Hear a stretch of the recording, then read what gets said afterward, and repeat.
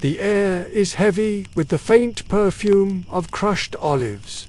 Somewhere in the dark, a cicada makes one last tired call before the morning takes its place. You can feel the cold stone beneath your bare feet as you stand inside the small storeroom.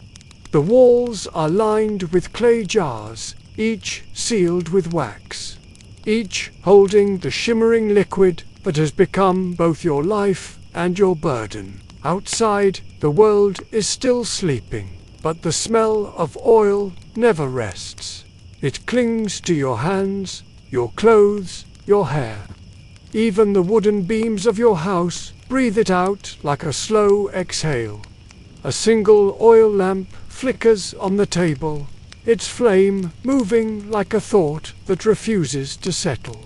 You listen to the small sounds, the slow drip of oil from the press in the next room, the muffled snore of a hired worker sleeping by the door, and the distant rustle of olive branches brushing against one another in the wind. For a moment, everything feels perfectly still. This is how every day begins for you, in silence and scent. So, before we sink deeper into this moment, take a second to like the video and subscribe, but only if you genuinely enjoy what I do here. And while you are here, tell me where you are listening from and what time it is where you are. Now, let the light dim, let the fan hum quietly, and let us drift into tonight's story together. You reach for the small clay jug beside the lamp and pour a few drops of fresh oil into your palms. It is cold and smooth, like silk mixed with sunlight. You rub your hands together and breathe in deeply. This is the oil from the first press of the season, the purest you will ever make. Some of it will go to the temples, some to the noble houses, and a little will be saved for trade with the ships that arrive at the port in a few days. But for now, it belongs to you. Your home sits at the edge of the grove, not far from the coast, but still quiet enough to hear the wind through the trees. The structure is simple, a rectangular shape built of stone and plaster, with a tiled roof that leaks in heavy rain. Inside, every surface tells the story of your trade. There are amphorae of every size, some filled with oil, others with the pale dust of crushed pits. The press, made of heavy stone and wood, stands like an altar in the middle of the courtyard. You remember your father building it when you were still a boy, his hands rough, his voice calm. He told you that olive oil is patience made visible. You still believe that? Most people think of olive oil as a luxury, but in your world it is life itself. It lights the lamps, seasons the food, heals wounds, and blesses the dead. Historians still argue whether olive cultivation began first in Crete or in Syria, but wherever it started, it has always been a sacred craft. You are not just a merchant. You are a keeper of light. You step outside and look toward the horizon. The stars are fading now, and a thin stripe of pink stretches over the distant hills. The grove lies before you, a sea of dark shapes against the half-light. Each tree is older than any man you know. Their roots twist deep into the earth, clutching at stones and secrets. You walk down the narrow path between them, your sandals brushing against dry leaves. The smell of soil and sap mixes with the faint salt from the nearby sea. Your dog, a small brown creature with a scar over one eye, trots beside you. He has no name. You never gave him one because he came on his own one winter and never left. Together, you move through the grove in silence. A few birds stir in the branches above, confused by the faint promise of dawn. You stop near the oldest tree. Its trunk is so gnarled it looks like it might have once been a man. You place a hand against it. The bark is cool and rough under your fingers. "You will outlive us all," you whisper, though no one hears. This tree has survived droughts, storms, and wars. It has seen kings rise and crumble, and still it gives fruit every year. The first press of the day will begin soon. You can already hear movement back near the house. The soft clatter of buckets, the murmur of sleepy workers, the slow grind of wood against stone as the press begins to wake. But for now, you allow yourself a few more breaths in the quiet. You think about the years that have passed, the times the oil spoiled, the times the jars cracked in the sun, and the few rare moments when everything went perfectly and you felt as though the gods themselves smiled at your patience.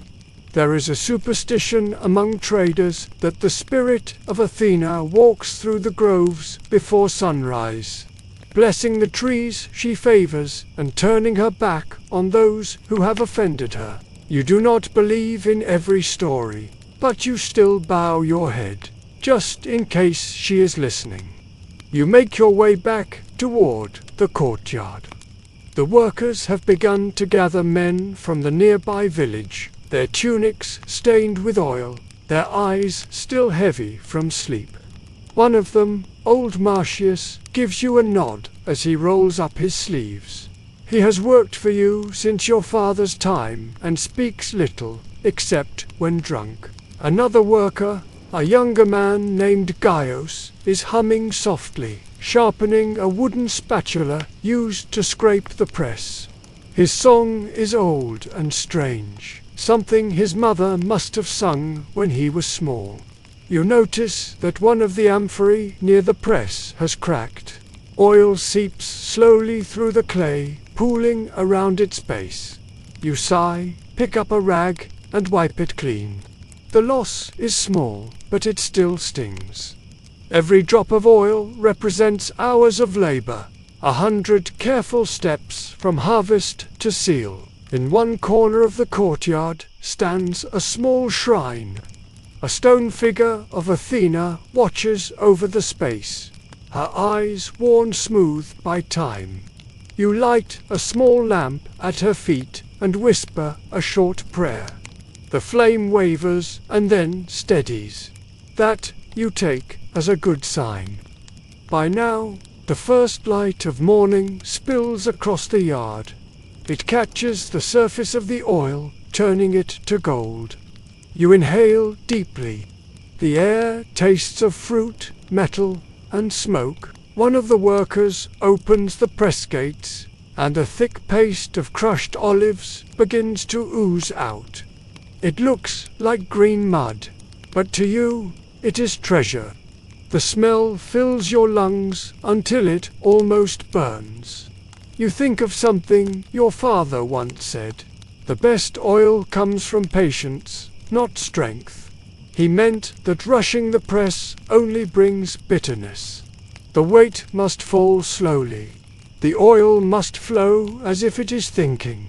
You repeat the words silently now as you watch the liquid gather in shallow basins before being poured into jugs. A rooster calls somewhere behind the house. The world is awake again, but you have already been part of it for hours. The workers talk quietly now, their voices mixing with the groan of wood and stone. Someone makes a joke about last night's wine, and laughter ripples through the air. Even in work that stains your hands and drains your back, there is comfort in routine. Outside the walls, the village bell begins to ring. Another day has begun. Another chance to trade, to risk, to hope the gods keep your oil from spoiling in the sun.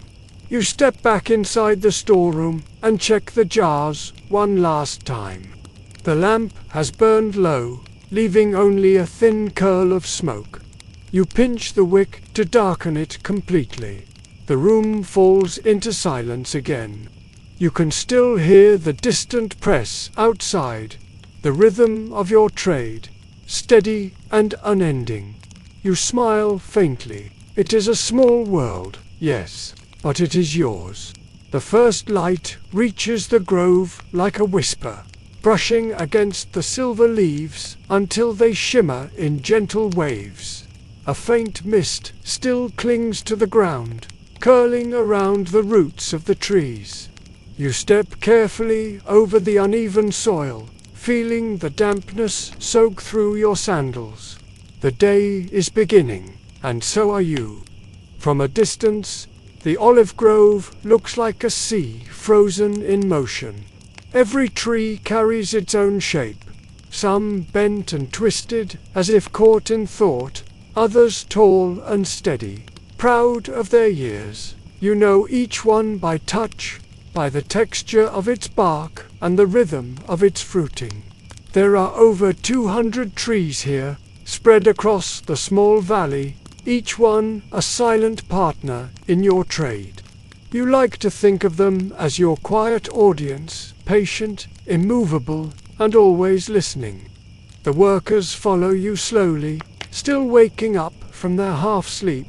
They carry baskets made from reeds and rope, ready for inspection. A few goats bleat somewhere near the ridge, and a shepherd waves to you lazily, his stick balanced over his shoulder. He calls out something about the weather, but you only nod. Everyone talks about the weather, but only the trees truly understand it. You crouch near one of the younger trees, running your fingers along its leaves. A light breeze stirs, and a drop of dew rolls down your wrist. This year's growth looks promising. The olives are plump and dark, their skins glossy with morning moisture. You pluck one and roll it between your fingers. It leaves a faint stain, a soft green that glimmers in the light. Your father once told you that an olive tree begins to reveal its character after 7 years. Some become generous, others stubborn. Some bear small fruit that tastes of stone and salt, while others produce oil so smooth it feels like honey. Historians still argue whether the first cultivation of olives was purely for oil or if early people ate them whole. But every merchant knows the truth. It is the oil that carries the story, not the fruit. A quiet hum of work begins to rise behind you. 2 men have started pruning near the grove's edge, cutting away branches that have grown to wild. The scent of cut wood fills the air, mingling with the sharpness of crushed leaves. The sound is soothing, the gentle snip, the fall of twigs, the rhythm of labor that never rushes. You stand for a moment, simply listening. A small path runs from the grove down to a narrow stream.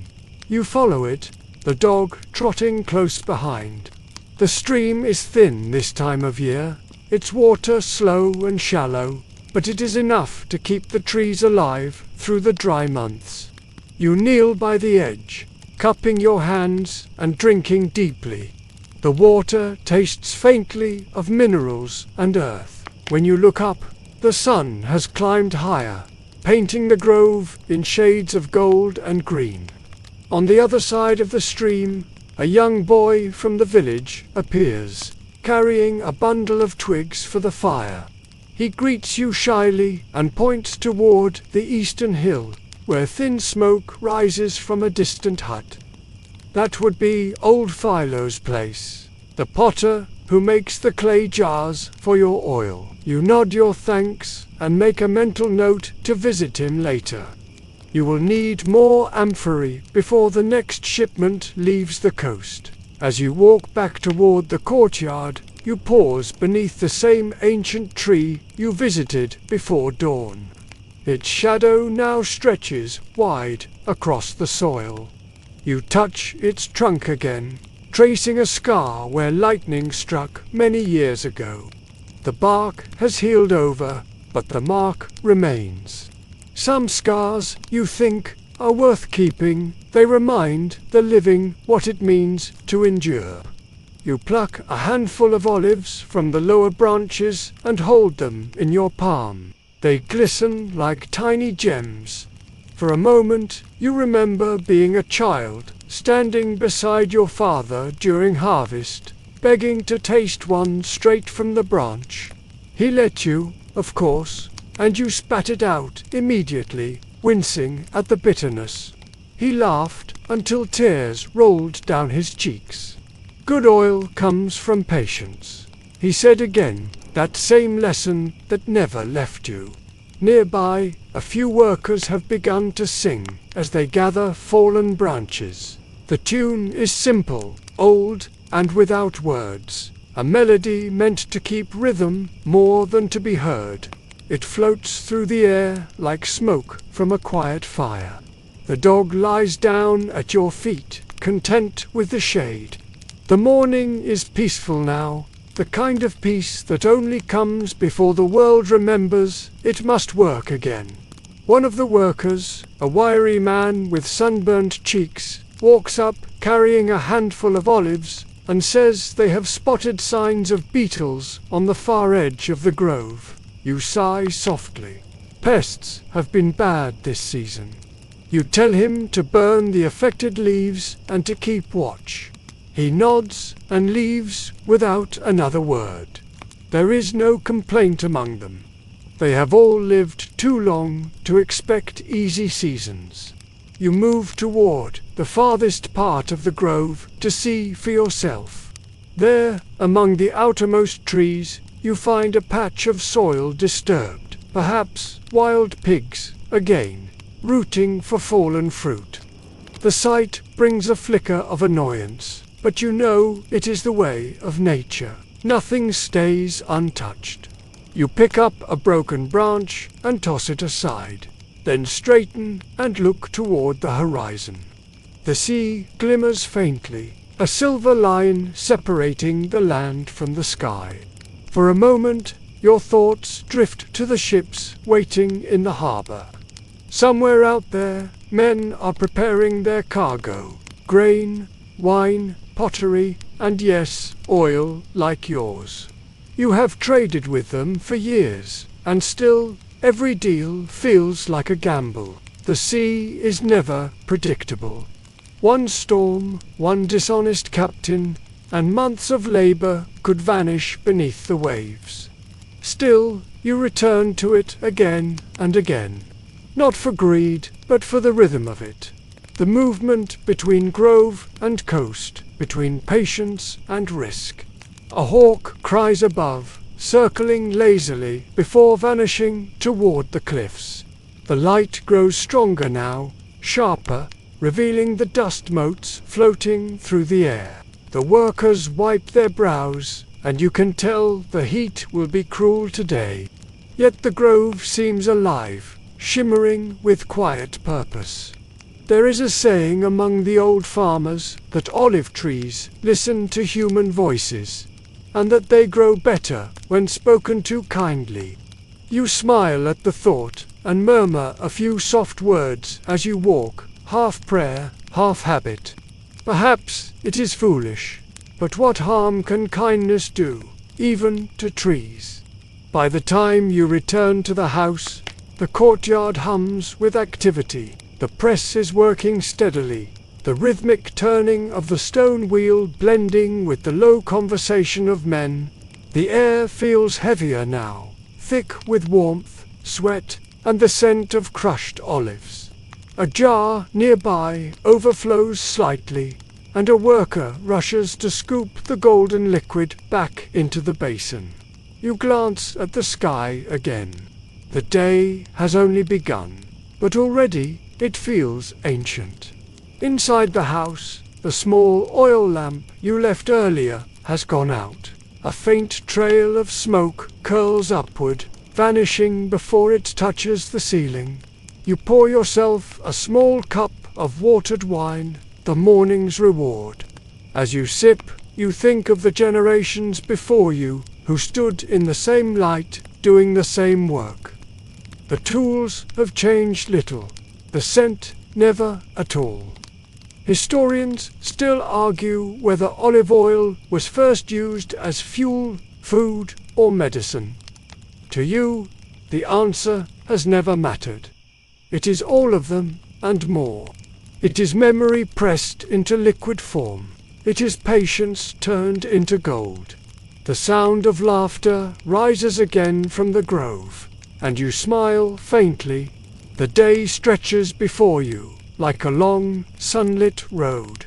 Soon the tax collector will arrive, and you will need all your patience again. But for now, you let the warmth of the morning settle into your bones. You close your eyes, listening to the quiet pulse of the grove, steady, ancient, alive. The morning sun now filters through the olive branches, casting trembling patterns of gold on the stone floor of your courtyard. The press stands at the center like a living creature, its thick wooden beam creaking softly as it turns. The rhythmic sound of the millstone grinding against crushed fruit fills the air, joined by the murmurs of men and the slap of sandals against wet earth.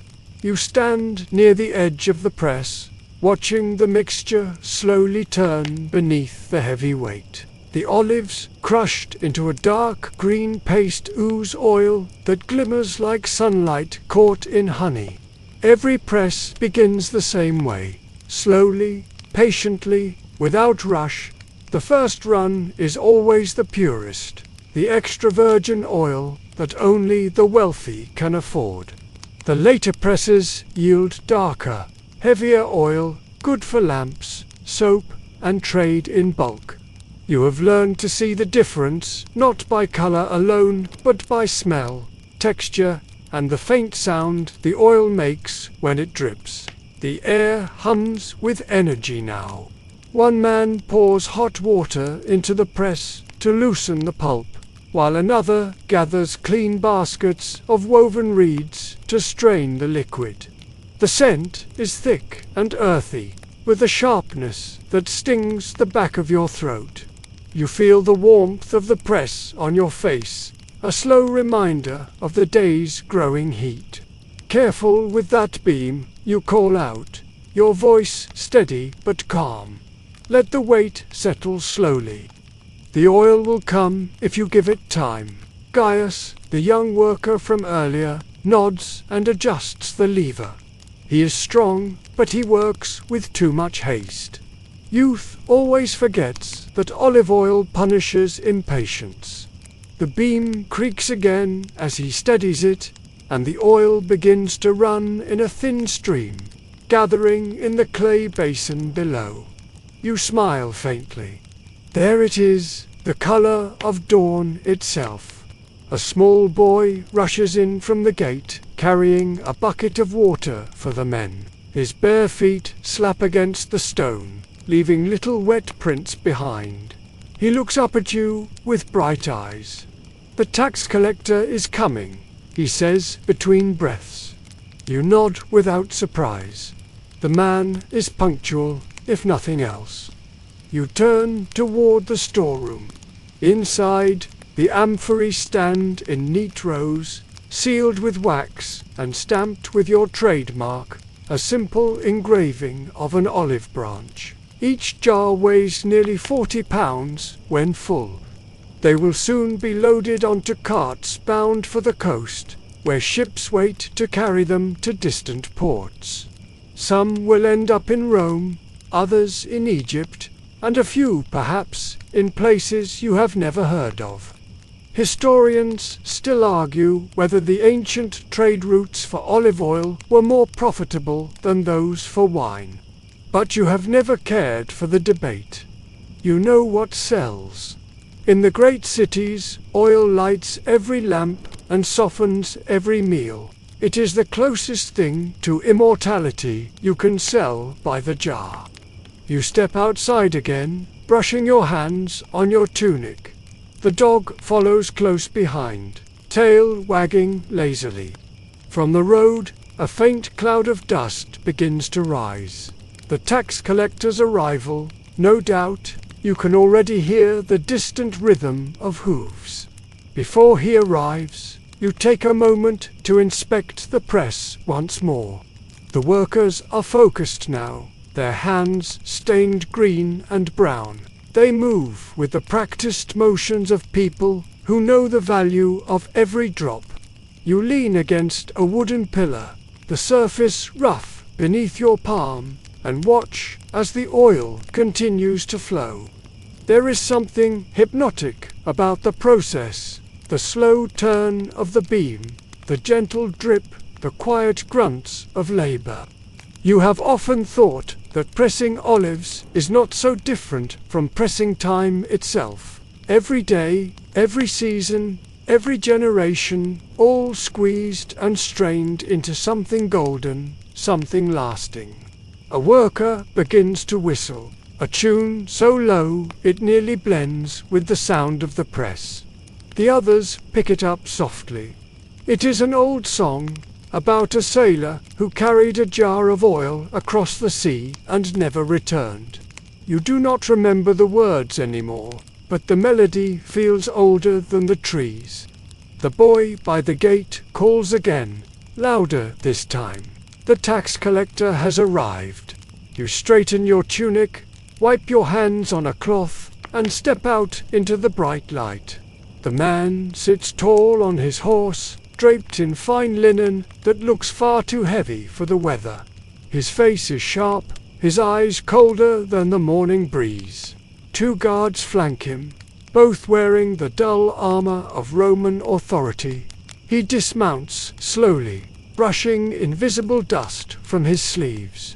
"Merchant," he says, his voice smooth and distant. "I trust your production has been favorable this season." You bow slightly, careful but not submissive. "As the gods allow, sir. The harvest has been steady." He glances around, his eyes scanning the courtyard, the workers, the amphorae stacked neatly along the wall. "And your records?" You gesture toward a small wooden chest near the door. Inside are the clay tablets where you have etched the weights, numbers, and shipments of each batch. He opens the chest, examines one of the tablets briefly, then sets it down with a faint clink. "Good," he mutters. "The governor is pleased when merchants keep order. It makes taxation easier." He turns his gaze toward the press, where the workers pretend not to notice him. "You will contribute 3 amphorae this quarter. Payment due before the next moon." You nod again, though you know it is more than last season. The tax always grows, never shrinks. Still, you keep your tone calm. "Of course, sir. You will have them before the week's end." The collector smiles faintly, a gesture that carries no warmth. "See that you do." He mounts his horse again, gives a short nod, and rides off, his guards following close behind. The dust settles slowly in his wake. When he is gone, the workers exhale in unison. Someone mutters something under his breath about greedy officials, and laughter ripples softly through the air. You do not join in. You only watch the road until the dust disappears. Then you turn back toward the press, your face unreadable. Taxes or not, the oil must flow. The world may take its share, but the grove always gives enough if you listen. You move closer to the basin, dipping your fingers into the fresh oil. It feels warm now, alive. You rub it between your fingertips, holding them up to the sunlight. The liquid glows faintly, as if it remembers the light it came from. You taste a drop, bitter at first, then sweet, perfect. You pour the new oil into a clean amphora and seal it with wax. The smell fills the air, clean and sharp. "One more for the gods," you whisper. The workers look up, smiling faintly. They have heard you say it 100 times before. As the press continues to turn, you sit on a small stool near the wall, wiping your hands again. The fatigue is starting to show in your shoulders, but you feel the quiet pride that always comes when the first jars of the day are sealed. The trade, the taxes, the risk, all of it fades. For a moment, beneath the simple truth of creation, the dog rests his head on your foot, eyes half closed. You lean back and watch the dust motes spin lazily in the sunlight. The air feels heavier now, richer somehow. You can hear the faint buzz of flies, the clink of metal tools, the distant laughter of children in the village. Life hums around you, thick and slow, and for a brief, golden instant, you feel it. The peace that comes from knowing your place in the great turning press of the world. The morning sun now sits higher, warm and full, pouring down over the courtyard. The air smells of fruit, dust and firewood. The press keeps its steady rhythm, but your mind is elsewhere, on the tax collector who just left, and on the quiet calculations that now begin. You stand near the doorway, watching the last swirl of dust fade from the road. The man will not return for weeks, but his presence lingers like a weight on your chest. You can still hear the horse's hooves in your mind. You have paid taxes all your life, yet it never grows easier to see your work carried away for someone else's comfort. Still, the olive trade depends on peace, and peace depends on the empire's appetite. So you pay, and you smile, and you wait for the next sunrise. Inside the courtyard, one of the workers brings a ledger, a rough clay tablet etched with lines and numbers. 3 amphorae, for the collector, he says. You nod, then add softly, make it 4. The men look at each other, puzzled. He will expect a gift next time, you explain. Better he remembers me as generous. They nod, again, murmuring approval. In these lands, generosity is never wasted, even when it costs. You step into the cool shade of the storeroom, where the amphorae stand like silent soldiers. You pick one up carefully, feeling the weight of it strain against your arms. It is full, sealed, and marked with your symbol, the small olive branch, pressed into the wax. You run your fingers over it, tracing the design. It is your father's mark, the same one he used before his hands grew too old for labor. You never changed it. Historians still argue whether Roman taxation improved or destroyed local trade. But anyone who has ever filled an amphora knows the truth. The empire takes what it can reach.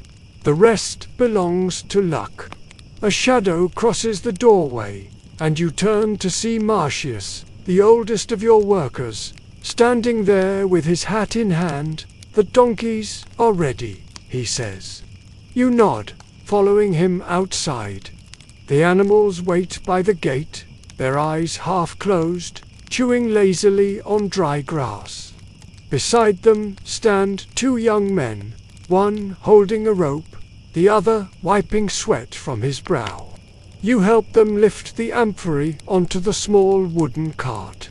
The jars clink softly as they settle into place, cushioned by straw. Each one represents weeks of labor, months of care, and years of knowledge. You tighten the ropes, making sure nothing will shift on the road. The sun gleams off the wax seals, turning them into tiny mirrors of gold. When the work is done, you lean against the cart for a moment, catching your breath. The air has grown hotter, pressing against your skin. You can hear the faint hum of insects rising from the fields. The dog pants nearby, his tongue hanging out in the heat. You reach down to pat his head. Tell the men to take these to the harbor tomorrow. you say, but not before dawn. The roads are too hot by midday. They nod and return to their tasks. For now, there is time to eat. You make your way back inside, where the small table near the wall holds the morning's simple meal: flatbread olives, a wedge of goat cheese, and a jug of watered wine. The bread is rough, baked yesterday, but still soft enough to tear with your hands. You sit, resting your elbows on the table, and take the first bite. The taste is humble and familiar, salty with the faint tang of yeast. You pour a little oil over the bread and watch it soak in, darkening the surface like spilled sunlight. Marcius joins you, sitting carefully, his knees cracking as he bends. The trees look strong this year, he says. You nod, chewing slowly.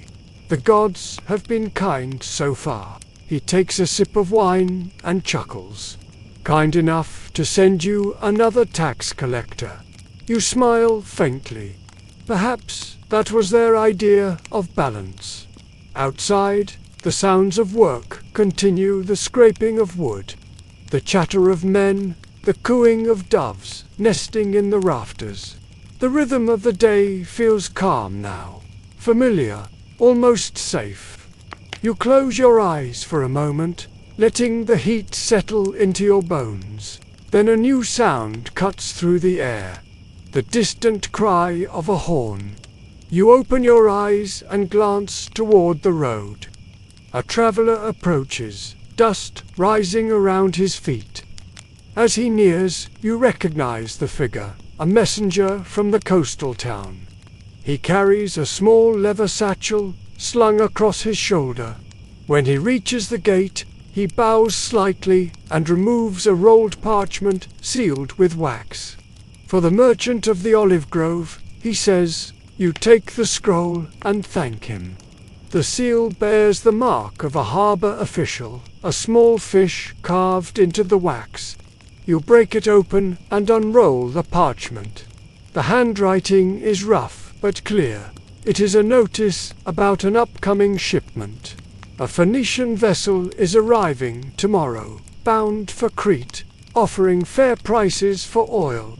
But the letter also warns that a storm may be forming near the coast. You read it twice, then fold it carefully.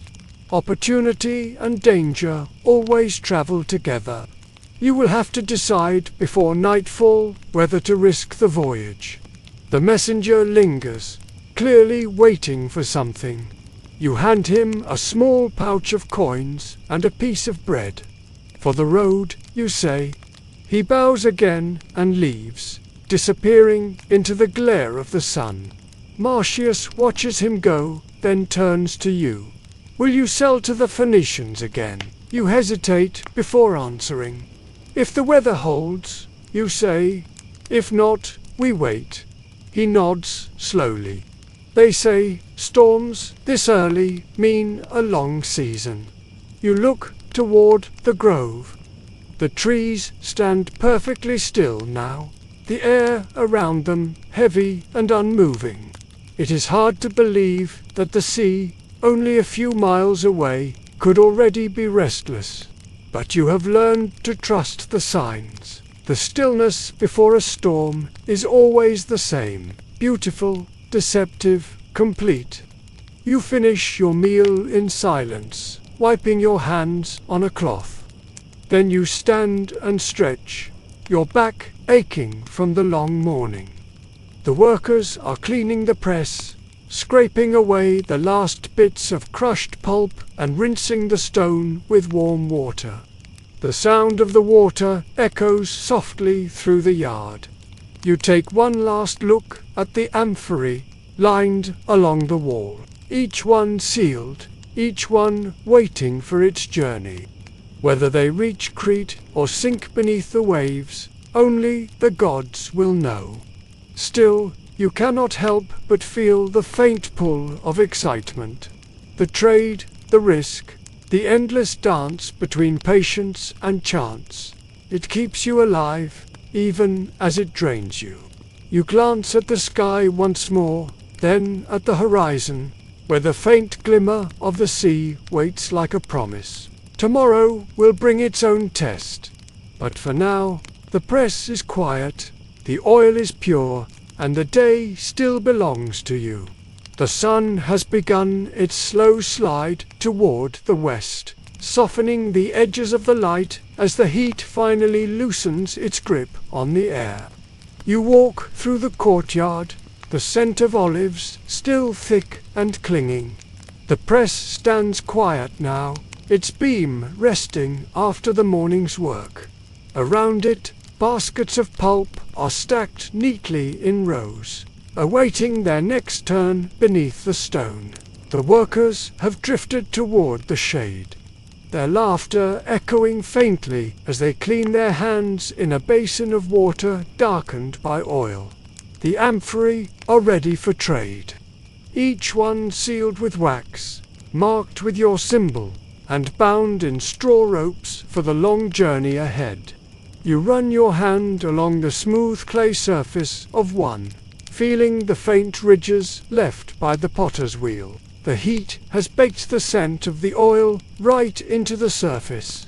It smells faintly sweet, like fruit that has ripened just a day too long.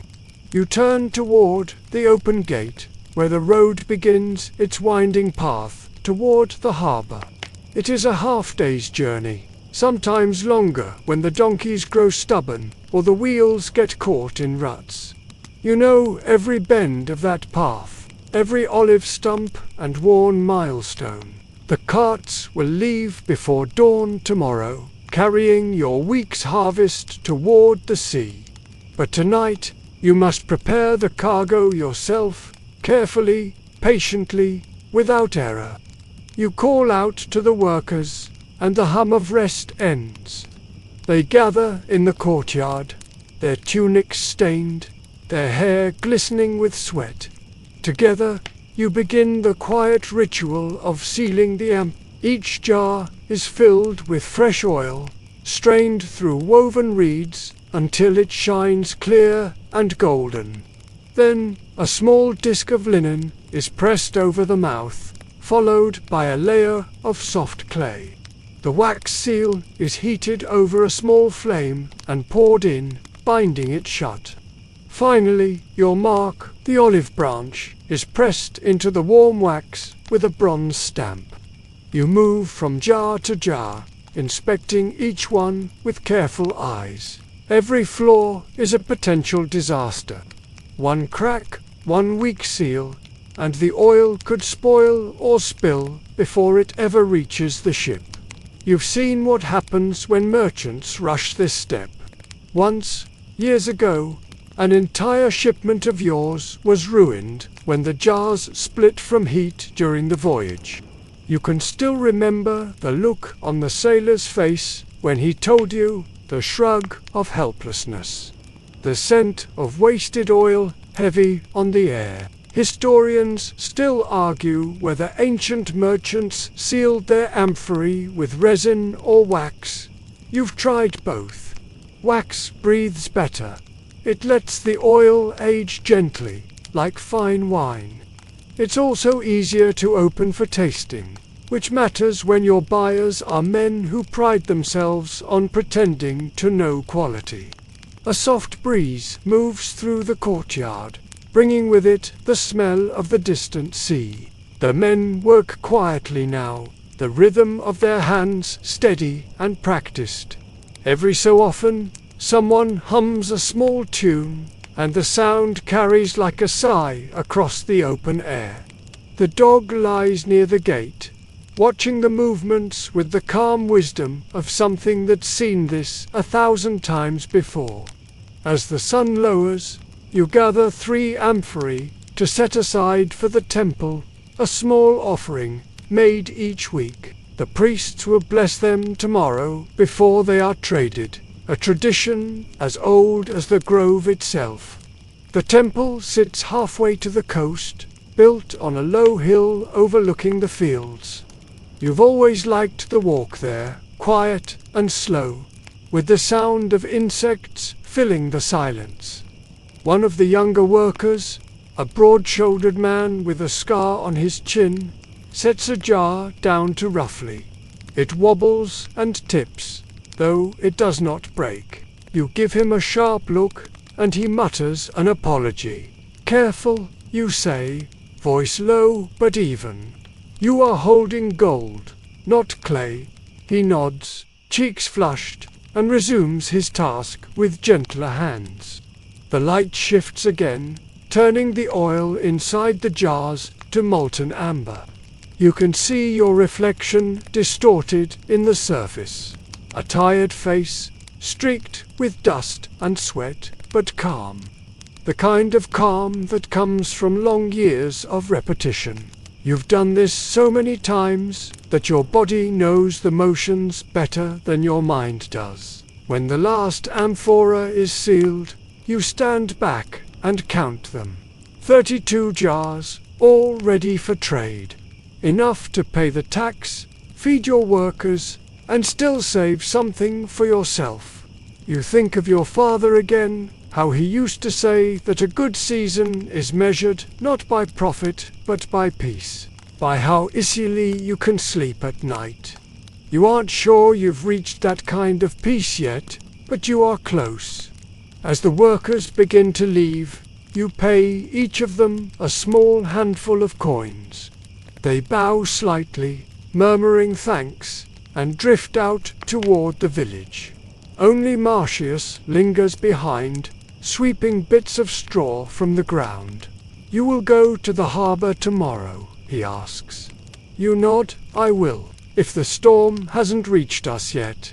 He leans on his broom and squints at the horizon. The clouds there look faintly bruised, tinged with purple even before sunset. "If it does, you can wait," he says. "The oil will keep. It always keeps." You nod again, knowing he is right. When he leaves, the courtyard grows quiet. The press is still, the amphory lined neatly, the shadows growing long. You light a small lamp near the doorway and sit on the low wall, sipping what's left of the wine from earlier. The dog curls beside your feet, tail flicking softly. The sky above turns to fire, then to ash. Somewhere far off, a donkey brays. The sound echoes against the stones, lonely and strange. You take another sip, and the wine tastes faintly of earth. You think about tomorrow, the road, the harbor, the haggling, the endless noise of the port. For now, though, there is nothing but the grove, the oil, and the slow rhythm of your breathing. A scholar once said that every jar of oil carries the story of 1,000 mornings. You smile faintly at the thought. If that is true, then your courtyard tonight holds centuries of stories, bottled sunlight, patient labor, quiet devotion. The scent of them hangs heavy in the air, sweet and eternal. The light fades completely, leaving only the flicker of your lamp and the pale glimmer of the moon. You stand, stretch, and run your hand one last time along the nearest jar. The surface feels cool now, smooth as polished stone. Tomorrow, these jars will leave your care and enter the chaos of trade. But tonight, they are safe. And so are you. You blow out the lamp, listening to the soft sigh of its flame as it dies. The darkness that follows feels gentle, familiar. The kind of darkness that welcomes you rather than hides you. The morning begins with the sound of wooden wheels creaking over stone and the faint jingle of donkey harnesses. You step into the courtyard, still tying the rope around your tunic, the air cool against your skin. The sun is only a suggestion on the horizon, a faint promise of light that has not yet arrived. The amphory wait by the gate, bound and balanced carefully on the carts. The men stand ready, half awake, their breath visible in the early chill. The smell of smoke and bread drifts from the kitchen, a sign that Lisa, the housekeeper, has been awake even earlier than you. You make your way toward the table under the awning, where she has laid out the morning meal. Bread baked yesterday, a bowl of salted olives, a handful of figs, and a small jug of watered wine.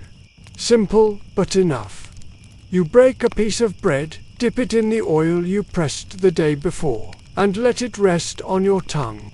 It tastes fresh and alive, like the grove itself is still whispering through it. Soon, the others join you. Marcius sits across the table, rubbing his hands together to chase away the cold. Gaio slumps next to him, eyes still heavy from sleep. The rest of the workers gather around, silent for the first few minutes, chewing quietly. It is a shared ritual, the calm before labor. The sound of distant birds rises with the light. You look around at them. Men you've known most of your life. They are rough, loyal, and often loud, but dependable in a way few others are. When trade is good, you make sure they eat well and rest often.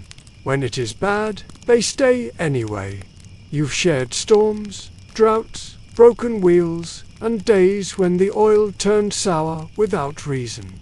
Through it all, the same faces remain. You find comfort in that. You pour a little wine into Marcius's cup. He grins faintly, shaking his head. It is too early for this. It is never too early when we carry gold. You reply.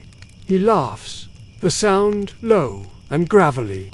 Then may the gods bless our backs. Historians still argue whether the olive trade built fortunes or just survival for men like you. The truth sits somewhere in between. It gives enough to live, never enough to rest.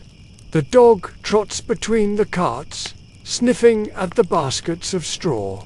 The donkeys flick their tails, stamping their hooves impatiently. The road ahead will take half the day if the weather holds. You glance toward the east.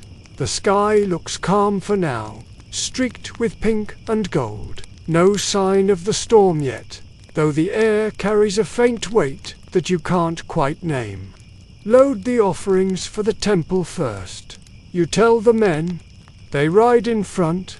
They move quickly, lifting the 3 smaller amphorae onto the first cart. Each one bears a different mark, a symbol for Athena, one for the local harvest god, and another left blank, in case the priest decides who deserves it this week. Tradition demands that the merchant make the offering before trade begins, a ritual exchange between gods and men. Whether the gods ever answer, you've never been sure, but you never skip it. Once the carts are ready, you check the ropes, the wheels, the seals. Every step matters. The smallest mistake can cost you days of labor, or worse, a reputation. Among traders, reputation is worth more than gold. By the time the sun clears the horizon, you are on the road. The first stretch runs downhill, winding through the olive groves. The trees glitter in the morning light, their leaves turning silver in the breeze. The path is narrow but familiar, and the donkeys move with steady rhythm. The wheels crunch against gravel, the air filled with the faint hum of insects and the distant cry of gulls. You walk beside the first cart, one hand on the reins. The men follow behind, talking quietly among themselves. The road soon widens, cutting through small fields of grain and herbs. Farmers wave as you pass, and you nod in return. Everyone knows your trade. Everyone uses your oil, even if they can't afford your best jars. At a crossroads, you stop briefly to let the animals drink from a small trough. The water there is cool and clear, drawn from a spring that never runs dry. You fill your own flask and take a slow sip. The taste reminds you of long journeys, the countless trips you've made between grove and sea, between patience and chance. A small cart rattles up from behind, driven by a fisherman from the coast. He greets you by name and grins wide, his beard glistening with dew. You heard about the Phoenician ship? He asks. You nod. I did. It comes today, this afternoon, he says. They say it carries spices and dyes. They will pay well for oil if they are in a hurry. You raise an eyebrow. They are always in a hurry. That's how they get rich. He laughs and waves as he drives past, his cart piled with nets and salted fish. You watch him disappear down the hill, the faint smell of the sea following him. You continue walking. The road curves along a ridge now, giving you a view of the coastline. The sea shimmers in the distance, vast, calm, and endless. You can just make out the faint lines of ships anchored offshore, their sails folded like sleeping wings.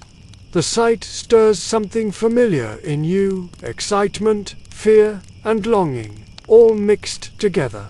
A few clouds gather on the horizon, thin and pale for now. You hope they stay that way. The sea is a kind liar, beautiful until it decides not to be. The dog trots ahead, nose to the ground. A flock of birds lifts suddenly from the grass, startling one of the donkeys, but you calm it with a quiet word. Easy, you murmur. We're not there yet. By midday, the heat returns, pressing against your back. You stop beneath a grove of cypress trees to rest and share a quick meal. The men sit in a circle, passing bread and water, wiping sweat from their faces. You sit slightly apart, leaning against a tree, looking down at the distant glimmer of the harbor. The air tastes of salt now. Do you ever think of going beyond the sea? Gaius asks suddenly, tearing his bread. You glance at him, smiling faintly. Once or twice. What stopped you? You look down at your hands, the calluses, the faint stains of oil that never wash away. The trees, you say simply, they don't travel well. The men chuckle softly, but your answer is true. You've known traders who left for new lands, some returned rich, some never returned at all. The grove has always been your anchor, your inheritance, your quiet prison. The break ends, and the carts roll forward again. The air hums with insects, and the sea smell grows stronger with every turn of the wheel. The road descends now, winding towards the coast. You can see the white walls of the temple on the hill ahead, gleaming like a pearl against the darker stone. The offering must come before trade. The gods first, always. When you reach the temple gate, you halt the caravan. The men unload the 3 amphorae and carry them up the steps, where the priests wait. You follow behind, carrying a small pouch of coins for incense and candles. The courtyard of the temple smells of salt, flowers, and oil, a sacred familiarity. A young priest approaches, bowing slightly. The gods will remember your generosity, he says. His tone carries a practiced calm. You smile faintly. I hope they remember patience instead. He laughs softly, then gestures for the offerings to be placed near the altar. The amphorae gleam in the half-light, perfect and proud. You whisper a short prayer, not for wealth, not for safety, but for steadiness. For the wind to favor your ships, and for the sea to remember mercy. When you step back outside, the light has changed. The clouds on the horizon have thickened, turning the sky a deeper grey. The men look toward the coast uneasily, but you raise a hand. We finish the day, you say. If the storm comes, we'll face it tomorrow. The carts creak back into motion. The road bends toward the harbor. The smell of tar and salt grows stronger, and you can already hear the cries of gulls and the shouts of traders in the distance. The sea awaits, restless and shining. By the time you reach the harbor, the light has shifted to a pale gold that glints against the waves. The air hums with life, every sound layered over the next. Gulls calling, sailors shouting, ropes tightening, carts rolling over wooden planks.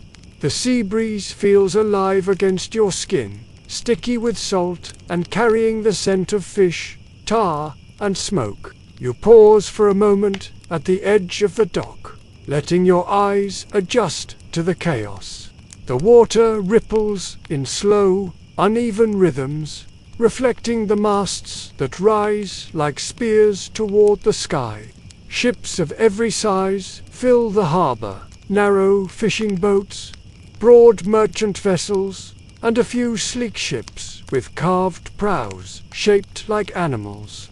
You can spot Phoenician sails near the outer edge, dyed a deep reddish hue that catches the sun. The men begin unloading the amphorae, lifting them carefully from the carts. Each jar makes a dull, comforting sound as it meets the dock.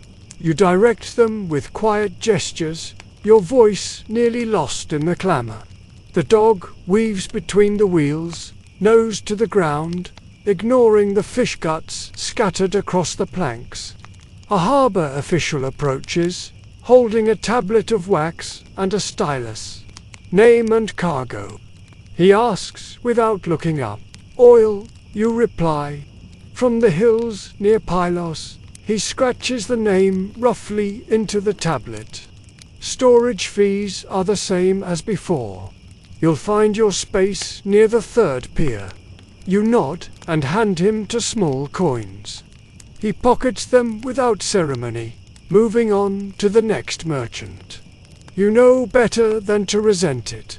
The harbor runs on small payments and quick exchanges. Historians still argue whether these ports were models of order or chaos.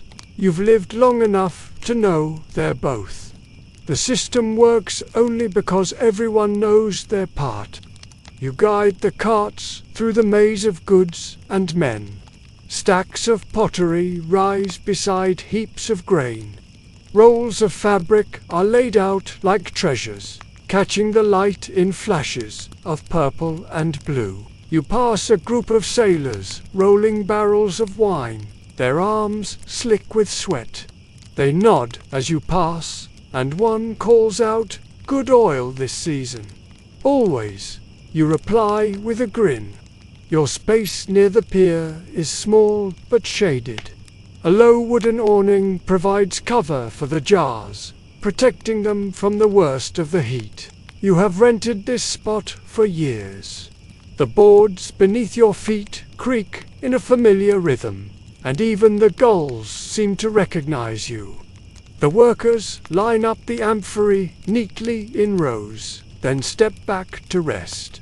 Some sit on the edge of the pier, legs dangling above the water. You sit beside them for a moment, watching the ships sway. The sound of ropes straining fills the air, rhythmic and steady. The Phoenician vessel catches your attention. It is larger than most, its hull painted black, its sails red and gold. The crew moves with practiced speed, shouting in a language you don't fully understand, but recognize all the same. You've traded with their kind before. They're sharp, restless, and always hungry for profit. You rise and walk toward the ship. A tall man with a trimmed beard stands at the gangplank, watching the harbor with sharp eyes. When he notices you, he smiles. "Merchant," he says in accented Greek. I see you still live. You return the smile. Barely, but long enough to sell again. He laughs, the sound deep and warm. Then let's speak of your oil. You step aside to talk. Your voice is low, beneath the sound of the sea. He introduces himself again as Aydin, a name you've known for years. He's a trader from Tyre, always traveling between the islands, buying whatever the land can give and selling it where men will pay too much. You tell him of your new press, of the purity of this season's yield, of the trees that have stood since your grandfather's time. He listens, nodding thoughtfully, eyes flicking toward the I will take 10 jars, he says finally. 10, you echo. You can do better than that. He grins. Perhaps I can, but can your ship? You meet his gaze, unflinching. It is not my ship you are buying from. It is my patience. He chuckles softly. And patience is expensive, I know. The two of you haggle for a while, voices rising and falling in that familiar rhythm of trade.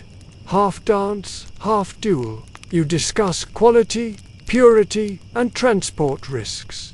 He mentions storms. You counter with gods. You both pretend to care more about fairness than profit, though you know that's never true. In the end, he agrees to take 12 amphorae at a fair price. You shake hands, sealing the deal. His grip is strong, his smile genuine, though you know he has already calculated how much more he will sell it for in the markets of Rhodes. He gestures for his men to load the jars. They move quickly, carrying them up the plank with ropes and care. You watch each one disappear onto the ship, and with every jar you feel both lighter and more anxious. As the last amphora leaves your hands, you turn toward the sea. The clouds from earlier now hover closer, thick and grey. The wind has picked up, teasing the water into small waves. You can hear the tone of the sailors change. Their shouts sharper now, urgent. Aydin follows your gaze. It will pass, he says. The gods like to scare us before they bless us, or they like to laugh. You reply. He laughs again, clapping your shoulder. Then let them laugh. We'll be rich before they finish. He walks back toward his ship, calling orders. The crew moves faster now, tying ropes, checking sails. You stand for a long time, watching the sea shift beneath the hulls. The smell of salt and smoke grows stronger. A scholar once wrote that trade is the art of balancing between faith and fear. You think of that now, standing on the dock, watching your oil vanish into the distance. You can only hope the sea chooses to be kind this week. When the last deal is made, you pay the harbour boy his due, leaving a few coins more than usual. Keep the space clean, you tell him. I'll be back. He nods eagerly, clutching the coins. Safe travels, sir. You walk back toward the carts, now empty except for the offerings, to the temple. The dog trots beside you, tail wagging as if the world has no storms at all. The men follow quietly, tired but content. The wind picks up again, carrying the faint smell of rain. Somewhere behind the clouds, thunder murmurs like a warning. You glance once more toward the sea, where the ships now sway harder against their ropes. Tomorrow, the storm will decide what remains of today's bargains. For now, you turn toward home, the sound of waves fading behind you, replaced by the steady rhythm of the road and the quiet whisper of trees ahead. By the time you reach home, the light has thinned into that soft golden haze that always precedes evening. The grove stands quiet again, each tree outlined in honeyed glow. You walk slowly between them, hand grazing the leaves, as if reassuring yourself that they are still real. Still solid, still yours. The storm clouds from the coast have not reached this far inland yet, but the air carries their taste, a faint tang of iron and distant thunder. The workers have already put away their tools. The courtyard is swept. The press stands idle, and the amphorae that remain gleam in neat rows along the wall. You pause to touch one of them, the clay still warm from the day's sun. It feels alive under your palm, like it is breathing with you. You hear voices near the back of the house, laughter low and weary, but sincere. The men are sharing a simple supper near the fire pit, bread, onions, goat cheese, and of course, olives. The scent drifts toward you, mixing with the faint smoke from the fire. For the first time all day, you let yourself relax. You join them quietly, sitting cross-legged near the flames. The dog lies down beside you with a heavy sigh, head resting on your knee. The men make space without a word. Someone passes you a bowl, and you dip your bread into a small dish of oil. It tastes richer tonight, perhaps because you are no longer thinking of trade or tax or storms, just of food, warmth, and company. Gaius, the youngest among them, is telling a story about a trader he met once, a man who tried to sell olive oil to sailors by claiming it cured seasickness. He poured it on the deck and said, "See how calm it makes the waves." The men laugh, mouths full, the sound echoing softly through the courtyard. You chuckle, shaking your head. If only words could thicken oil as easily as they thicken lies. Marcius raises his cup to lies that sell and truths that feed. You raise your own cup in return. To both, in fair measure, the wine is weak and sweet, more water than grape, but it soothes the throat and warms the chest. The talk turns easy now. Small things, gossip, old jokes. Someone hums a tune, the same one they sang at the press earlier. It floats up into the evening air, blending with the crackle of the fire and the chirping of night insects.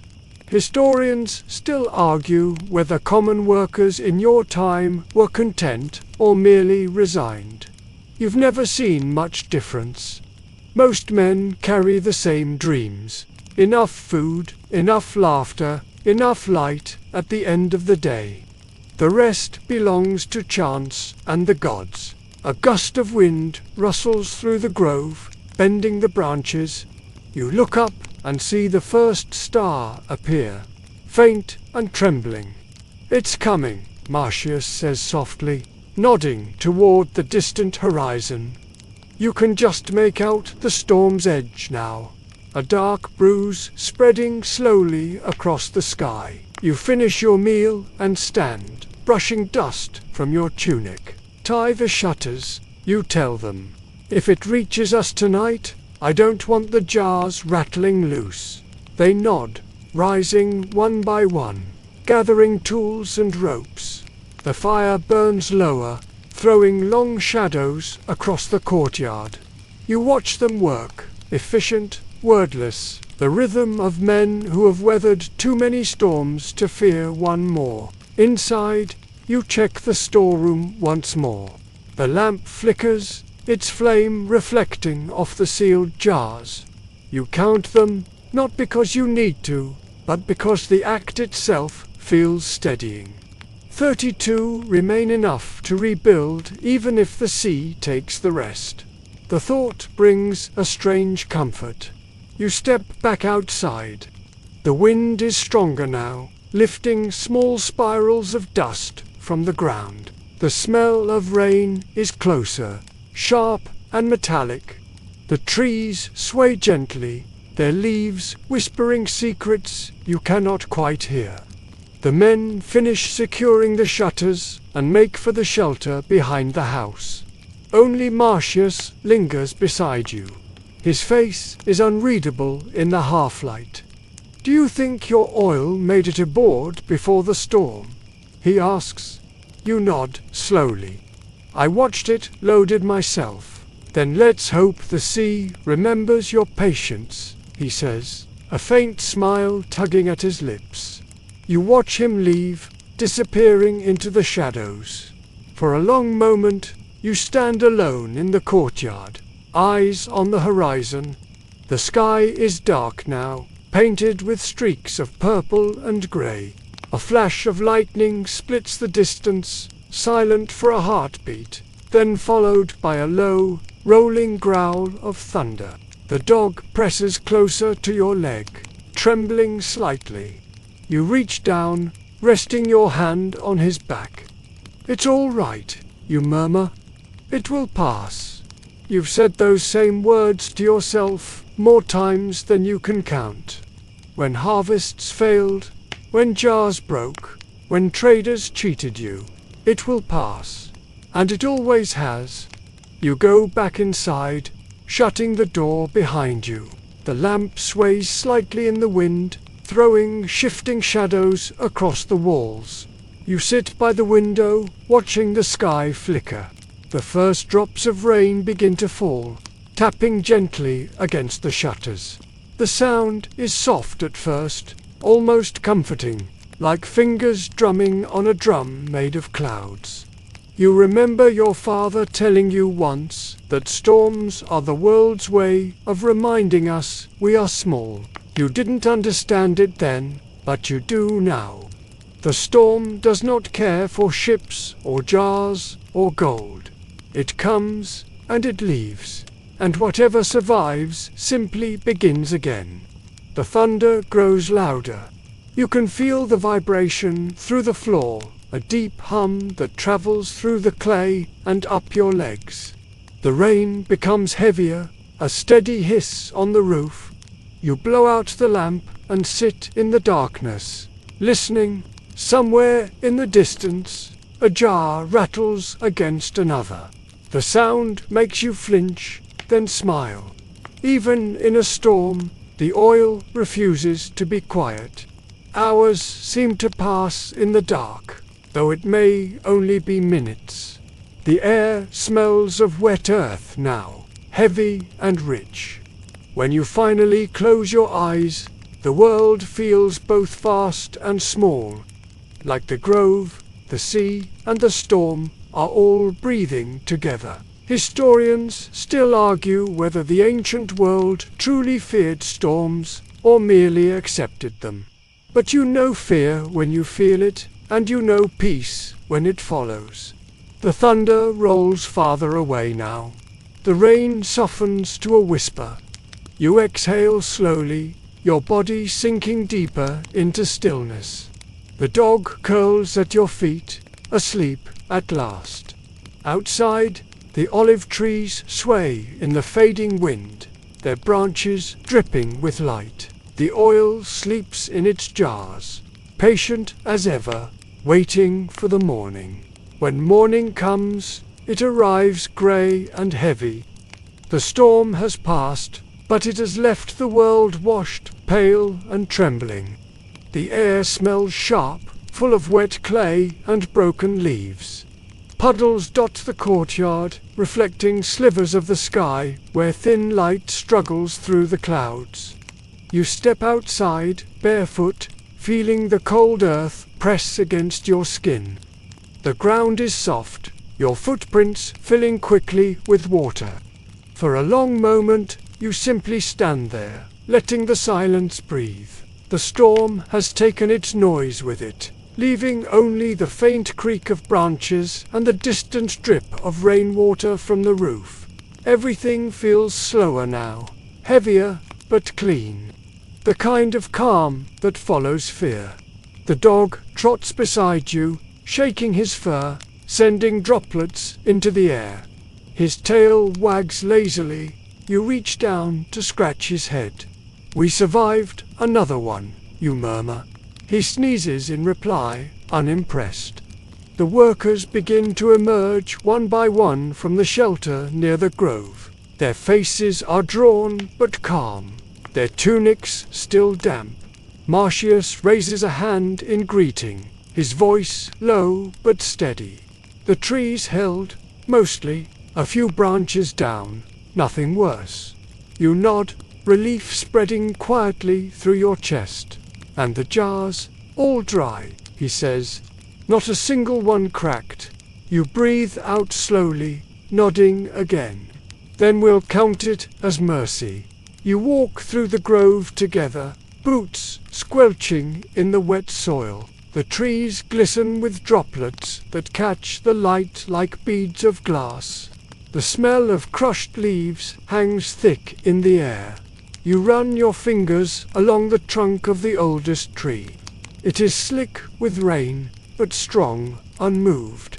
You've seen worse, you whisper, half to the tree, half to yourself. Historians still argue whether storms like these were considered divine warnings or just bad luck. You've never been sure it matters. Either way, they remind you of what you cannot control, and that reminder, however humbling, feels like truth. You notice a broken branch lying across the path, olives still clinging to it. You bend down and pick one, pressing it gently between your fingers. The fruit bursts slightly, leaving green streaks on your skin. The oil inside glimmers faintly, even without the sun. You wipe your hand on your tunic and toss the branch aside. The men begin clearing debris, moving slowly but with quiet determination. You join them, dragging branches, checking for damage. It is work without thought, the kind that steadies the mind through repetition. Every motion feels grounding after the storm's chaos. By mid-morning, the sky has begun to clear. Patches of pale blue open like cracks between clouds. The light grows warmer, though the wind still carries a chill. The grove looks alive again, glittering with the last of the rain. You can hear birds returning, their songs cautious but growing bolder. You return to the courtyard, where the amphorae stand untouched, their seals unbroken. You kneel to inspect them, wiping away droplets of water. Each jar glows faintly in the dim light, its surface marked with tiny streams of dried rain. You feel a surge of pride, fragile, fleeting, but real. The storm has tested you, and you've held firm. Inside the storeroom, the air smells different now, wetter, deeper, filled with the mingled scents of clay, oil, and smoke. You light a small lamp, though the light from outside is enough to see. The flicker of the flame catches the edge of the amphorae, turning their shadows long and soft. You take a clean rag and begin wiping down the jars, one by one. It is unnecessary, perhaps, but you do it anyway. The motion is slow, methodical, almost meditative. You think of the oil inside, how it waits silently, patient as the trees themselves. It will last longer than you will. A knock sounds at the door. You turn to see Gaius standing there, his hair still dripping. A messenger came, he says, holding out a folded parchment sealed with wax. The seal bears a mark you recognize, the fish of the harbor. You take it and break it open. The ink has bled slightly from moisture, but the words are still clear. The Phoenician ship, the one that carried your oil, was caught in the edge of the storm. 2 small vessels were lost near the rocks, but the larger one survived. Damaged, but afloat, the message reads, "Your cargo is safe." You close your eyes for a moment, feeling your heart beat steady. You whisper, "So the gods were laughing after all." Marcius enters just as you finish reading. Bad news. You shake your head slowly. No, the sea gave back what it borrowed. He smiles faintly, understanding. Then maybe she's not as cruel as she looks. You fold the parchment and tuck it away. Cruel? No. Hungry? Always. Outside, the men have begun reassembling the press, preparing to continue work. The rhythm of normal life returns, piece by piece. You step out to join them, the wind catching the edge of your cloak. The world smells of renewal, of wet wood, crushed fruit, and the faint sweetness of mud. You help reset the press, tightening the ropes, checking the balance of the beam. The stone feels slick under your hands, still damp from the rain. The men begin to hum again, low and slow, the same old tune that seems to appear whenever work does. It rises like smoke, curling through the air. You pour a handful of fresh olives into the basin, the first press since the storm. The stone begins to turn, grinding them into paste. The sound is comforting, steady, alive. Oil begins to seep through the mash, golden even in the grey light. You lean against the beam, watching it gather. There is something deeply human about this moment, to rebuild so quickly after fear. The trees break, the sea roars, and still you press the fruit. Still you make light from ruin. Historians still argue whether olive oil was a symbol of resilience or luxury. You know the truth sits in between. It is both the taste of survival dressed as grace.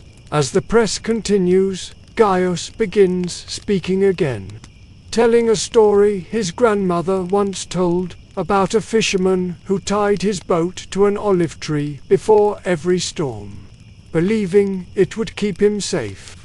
He said the tree spoke to the sea. Gaius explains, half laughing, "And what did the sea say back?" You ask. He grins. Nothing. But the man always came home. You smile faintly, glancing toward the oldest tree near the courtyard. Its branches sway gently in the wind, leaves glimmering silver in the light. Then maybe she did speak, you say. By late afternoon, the clouds have cleared completely. The world shines again, bright and raw. The soil steams where the sun touches it. The workers stretch their backs, laughing softly. You walk the grove once more, the air alive with the hum of insects and the murmur of wind. The sea lies far away, hidden by hills, but you can almost hear it still, calm now, whispering instead of shouting. The storm is gone, the oil is safe, and the trees, eternal as always, continue their patient work. You look at your hands, stained, rough, steady. These are not the hands of a hero or a poet, but of someone who has learned to live with time. The world may change around you, but as long as the trees bear fruit, there will be oil. As long as there is oil, there will be light. You turn toward home, the last of the rainwater drying on the stones behind you. The dog runs ahead, chasing a bird into the shadows. You smile, feeling the quiet return like a long breath finally exhaled. Evening settles slowly over the grove, like warm oil poured from a jar. The light fades into soft gold, then melts into the faint silver of dusk. The storm has left everything sharpened and clean.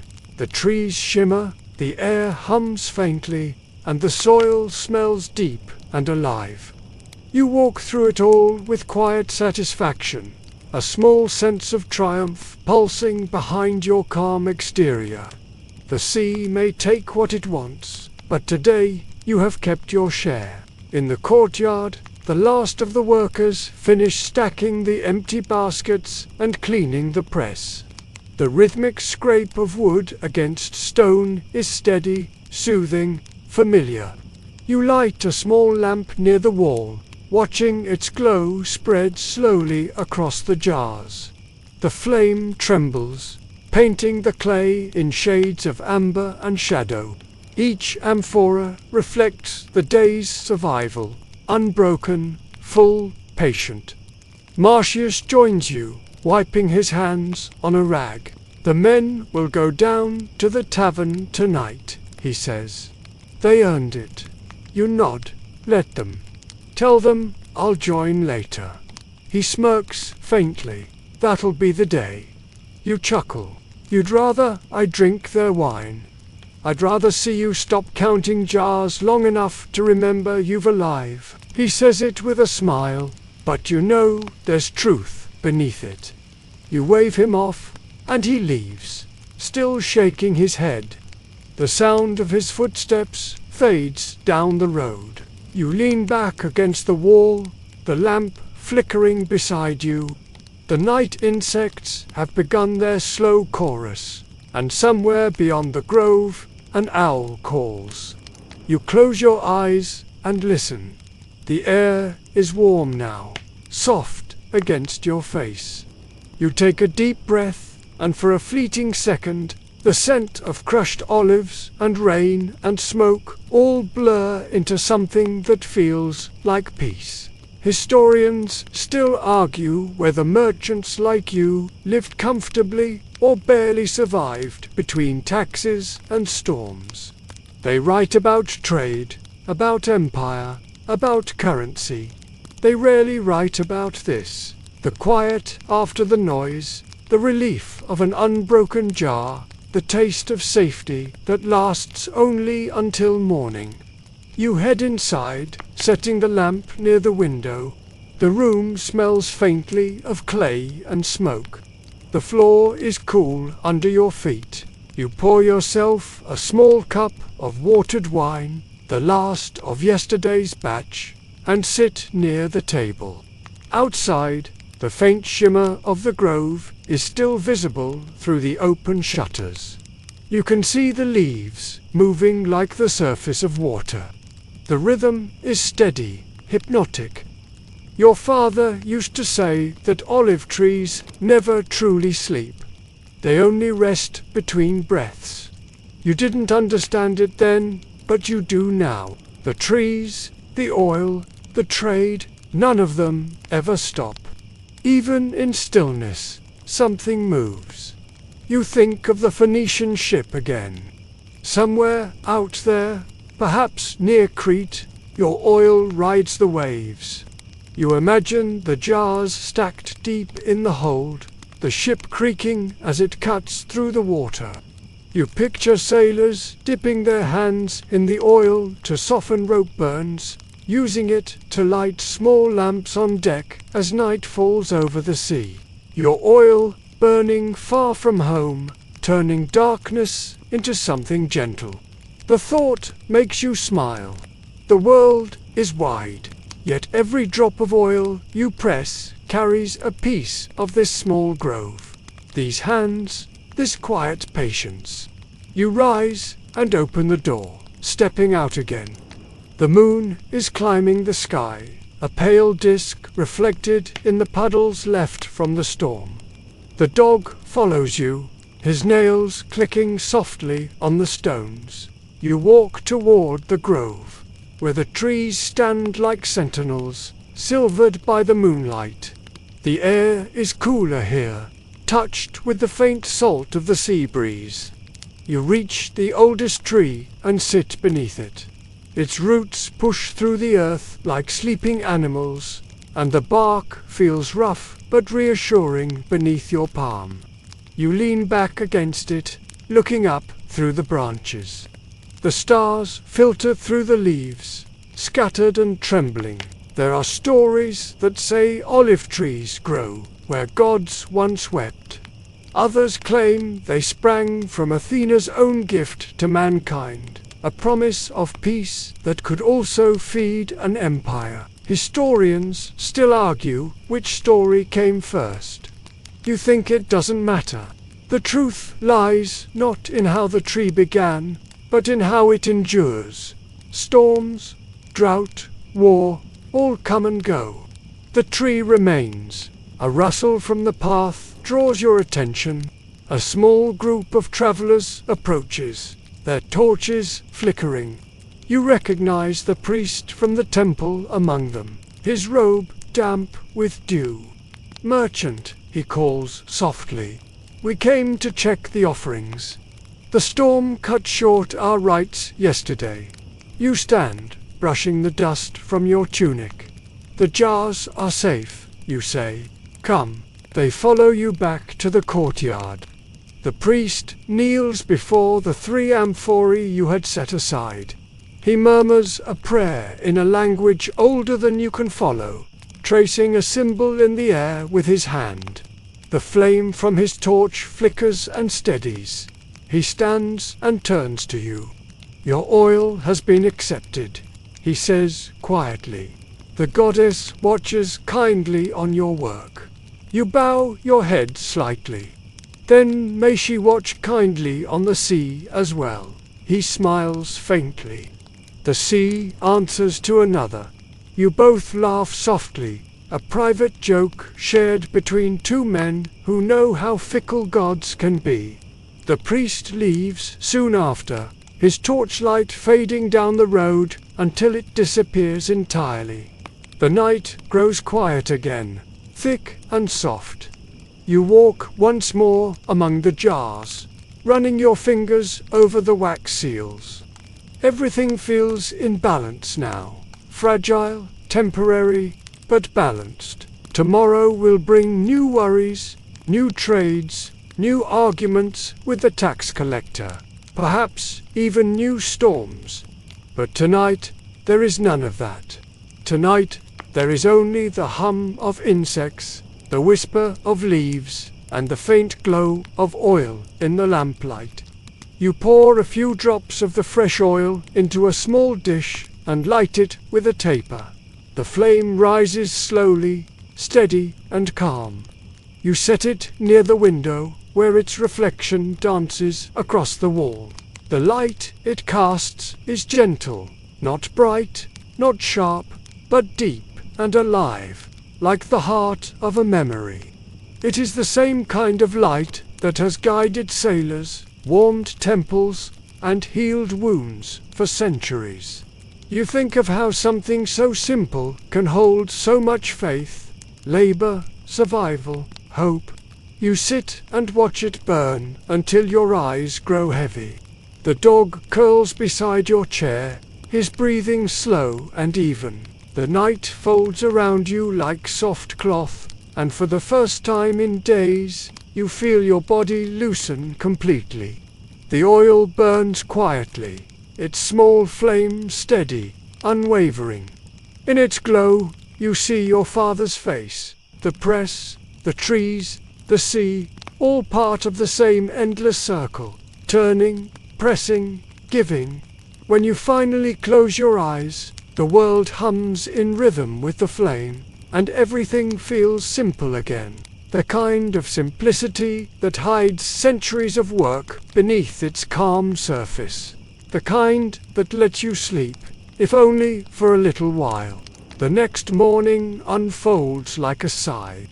You wake to the soft rustle of wind through the olive branches, the faint creak of the shutters, and the muted sound of footsteps in the courtyard. The storm has washed away the dust, leaving the air cool and bright, carrying the faint tang of salt and earth. For the first time in weeks, you feel rested. You stretch, feeling the quiet ache in your shoulders, the kind that comes not from pain, but from use. Every muscle tells the story of your labor, pressing, sealing, lifting, waiting. Outside, the grove glimmers beneath a soft, silver light, every leaf holding a drop of dew. The dog lifts his head from the foot of your bed, yawns wide, and pads after you as you step outside. The morning sun filters through the branches, breaking into shards of gold on the stones. You walk barefoot, the ground still damp from yesterday's rain, and breathe deeply. The world smells clean, alive.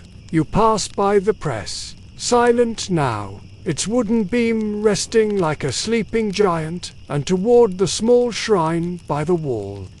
The lamp you lit last night has burned out, its wick curling into ash. You refill it with a few drops of oil, light it again, and whisper a short prayer. Not to Athena or Poseidon or any god in particular, just to the morning itself, for keeping its promise of peace. As you turn, you see Gaius approaching, his hands wrapped around a loaf of bread. "You should eat," he says. "The men are already at the grove." You take the bread, nodding your thanks. "How's the ground holding?" "Soft," he says. "Good for picking." The storm shook some fruit loose. You tear a piece of bread and chew slowly.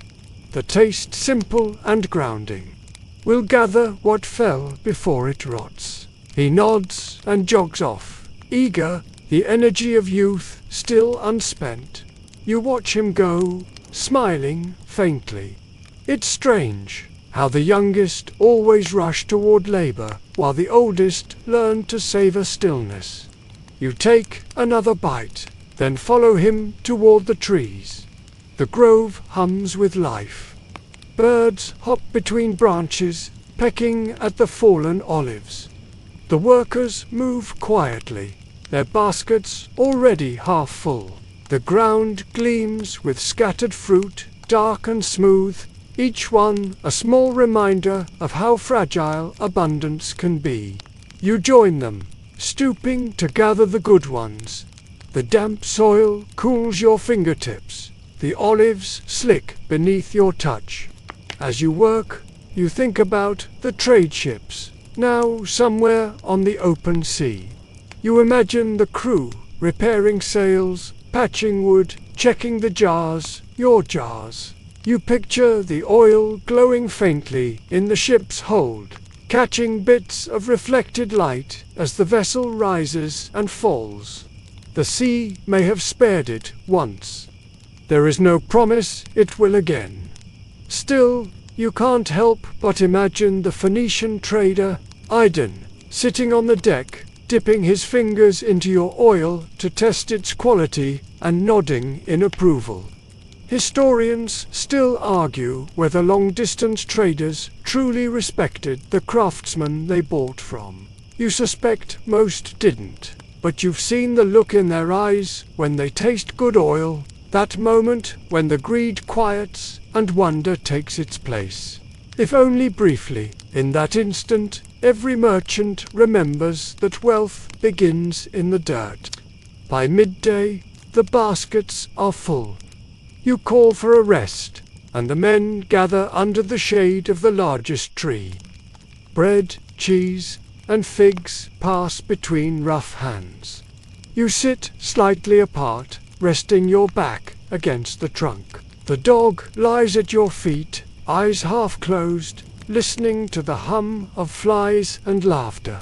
Marcius speaks first, breaking a long silence. "You heard the news from the coast." You glance up. "No. What now?" "2 more ships left this morning," he says. "They're heading west, toward Sicily, maybe farther." You nod thoughtfully. "Good weather for it.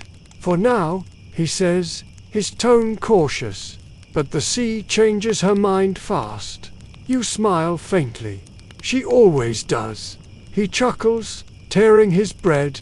"You should go to the temple again before the next shipment.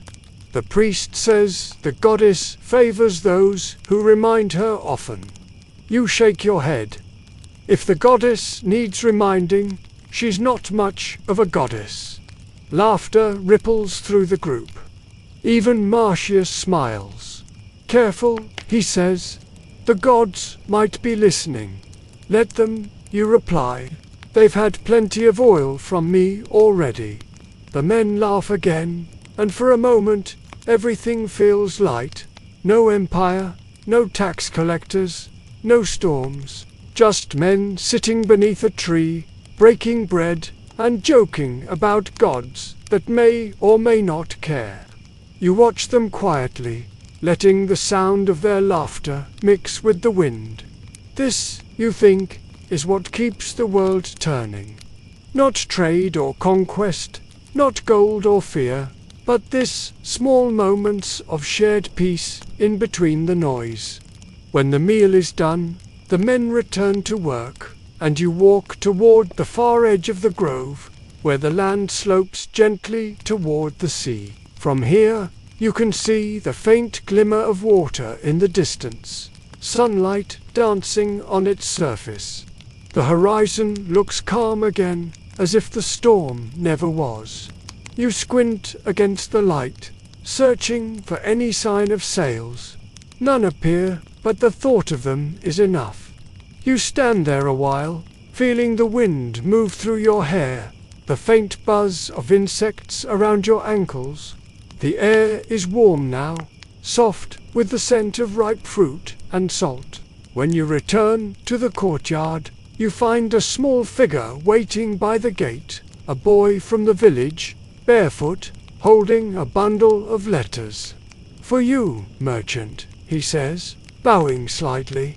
You take them, hand him a fig, and watch as he runs off.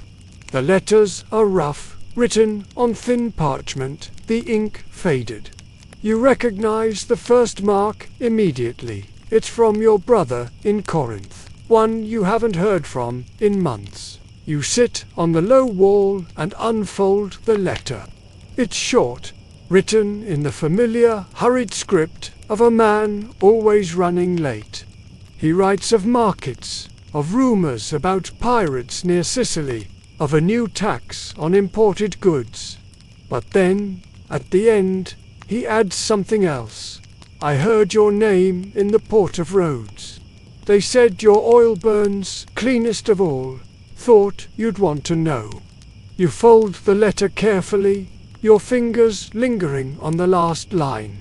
The compliment is small, almost casual, but it warms you more than you expect.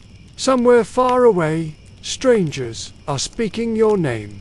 Somewhere, your work travels farther than you ever will. The sun dips lower, and shadows lengthen across the courtyard. You place the letter in a small chest with the others. Letters from traders, family, priests, and taxmen, a small archive of your quiet life. Each one a fragment, a thread woven into something larger than you. You light the lamp again, its flame catching the dust motes in the air. The dog settles near your feet. The workers begin to leave, voices fading toward the village. The grove hums softly in the twilight. You think of tomorrow, of more pressing, more trade, more waiting. But for tonight, you let yourself rest. You sit by the open window, the cool air brushing your face, the scent of oil and rain drifting through. The world feels full again, not loud, not perfect, but full. You whisper quietly, "Another day done." And in the stillness that follows, you could almost swear the trees answer back, not with words, but with the soft rustle of leaves that sound, just for a moment, like agreement. The next day arrives warm and golden, the kind of morning that feels like a blessing before you even step outside. The light filters through the cracks in the shutters, drawing thin, trembling lines across the floor. You open the door and let it spill into the courtyard, flooding the stone with brightness. The air smells faintly of ash from the fire pit and the sweetness of drying leaves. The storm's memory has fully faded now, leaving behind a sense of quiet renewal. You begin the morning, as you always do, by checking the press, the jars, and the grove. Routine is your rhythm, and rhythm is survival. The press stands ready, its wooden beam steady and dry again. The amphorae along the wall gleam softly, their wax seals unbroken. You run your hand along one, tracing your mark, the olive branch pressed into the surface, and feel that familiar calm settle in your chest. The world is unpredictable, but this much you can control. From the grove, you can hear the low hum of voices and the gentle clatter of baskets. The men are already at work, shaking the branches and gathering what yesterday's storm loosened. You walk toward them, the soil warm beneath your feet, the trees heavy with late-season fruit. A few birds scatter as you approach, wings flashing in the sunlight. Marcius spots you and raises a hand in greeting. "The trees are generous this year," he says. You nod. They remember kindness. He grins. Then they have long memories, indeed. The men laugh, and the sound rolls easily through the grove. The trees seem to join in, their leaves whispering softly in the breeze. You bend to pick up a fallen olive, turning it over in your palm. It's small but perfect, its skin smooth and dark. You drop it into a basket and watch it roll among the others. Hundreds of tiny suns waiting to be pressed into gold. As you walk deeper into the grove, you spot Gaius standing on a ladder, shaking a branch so that the olives rain down like slow black hail. He looks young and full of life, humming as he works.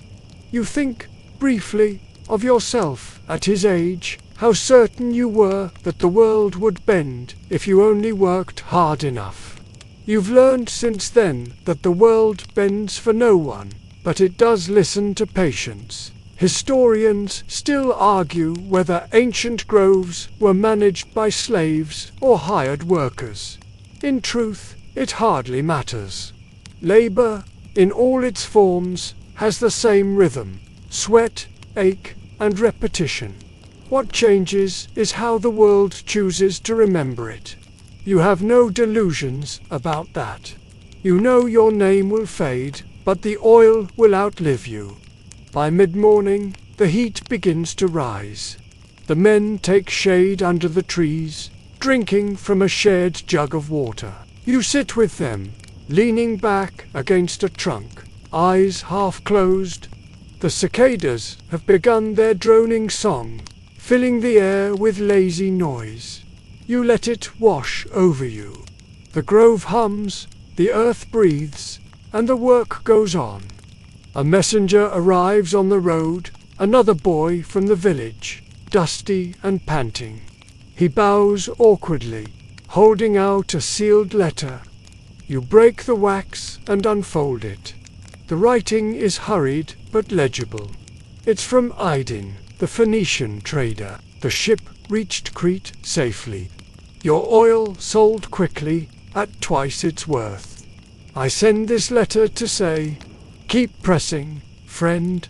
There are more voyages to make. You lower the parchment slowly, smiling. The men watch your face, curious. Good news, Marcius asks. The best kind, you say, the kind that smells like money and salt. Laughter ripples through the group. The sound is light, genuine. You tuck the letter into your belt and stand. Then we work twice as hard. The world is hungry. The rest of the morning flows easily. The workers gather and sort, the baskets fill, and the press hums again. The scent of crushed olives rises through the courtyard, sharp, green, intoxicating. You dip your fingers into the first press of the day, rubbing the oil between your thumb and forefinger. It glows faintly in the sunlight. Perfect, you murmur. A shadow falls across the gate. You turn to see a figure approaching on horseback, the tax collector again. He dismounts slowly, his expression unreadable. His clothes are dusted with the road, and his eyes glint with the cold gleam of someone who counts other men's labor as numbers on a tablet. "Merchant," he says, voice smooth as oil, "I trust your trade prospers. As much as your taxes allow," you reply. He smiles faintly. "I bring word from the governor. The tribute due from this region will rise again next season." You feel the weight of those words sink into your stomach. "So the gods favor greed now, or efficiency," he says lightly. "The empire grows, and growth requires oil." You resist the urge to speak your thoughts aloud. Instead, you nod. "Then the empire will not go hungry." He chuckles softly, as if you've told a fine joke. "I knew I could count on you." He hands you a wax tablet for record, and mounts his horse again. "Your diligence is noted," he says, before turning away. You watch him disappear down the road, the sound of hooves fading into the hum of the day. Marcius spits into the dust. "Diligence," he mutters. "That's what they call robbery now." You say nothing. Instead, you walk to the storeroom and set the new parchment beside the old ones. The ink from Aidin's letter gleams faintly next to the tax notice. Two different worlds, you think, one that rewards your patience and one that punishes it. Still, both are needed. Without the empire, the roads wouldn't exist. Without the traders, your oil wouldn't travel. Balance, even in unfairness. That's the rule of the world. You step outside again, squinting against the light. The grove ripples in the wind, and the sound is gentle again. You think about what your father once said: the gods take as much as they give. Perhaps the empire is no different. Historians still argue whether taxes like these destroyed small merchants or kept them sharp. You've decided it does both. It breaks men and teaches them to bend without snapping. As the afternoon stretches on, the work slows. The men hum their tired songs again, voices low, soft. The oil continues to flow. You help where you can, though your hands ache. When the sun begins to fall, the light turns thick and orange. You step away from the press and watch as the day folds in on itself. The amphory gleam, lined neatly, glowing like bottled sunlight. You can smell the faint sweetness that comes only when the oil is pure. Gaius approaches, wiping his brow. "That's enough for today," he says. You nod. "You've all earned your rest." He hesitates before speaking again. "You'll join us at the tavern tonight." You smile faintly. "I think the trees would grow jealous if I left them alone." He laughs and walks off with the others, their voices drifting away toward the village. The courtyard empties, the world grows still again.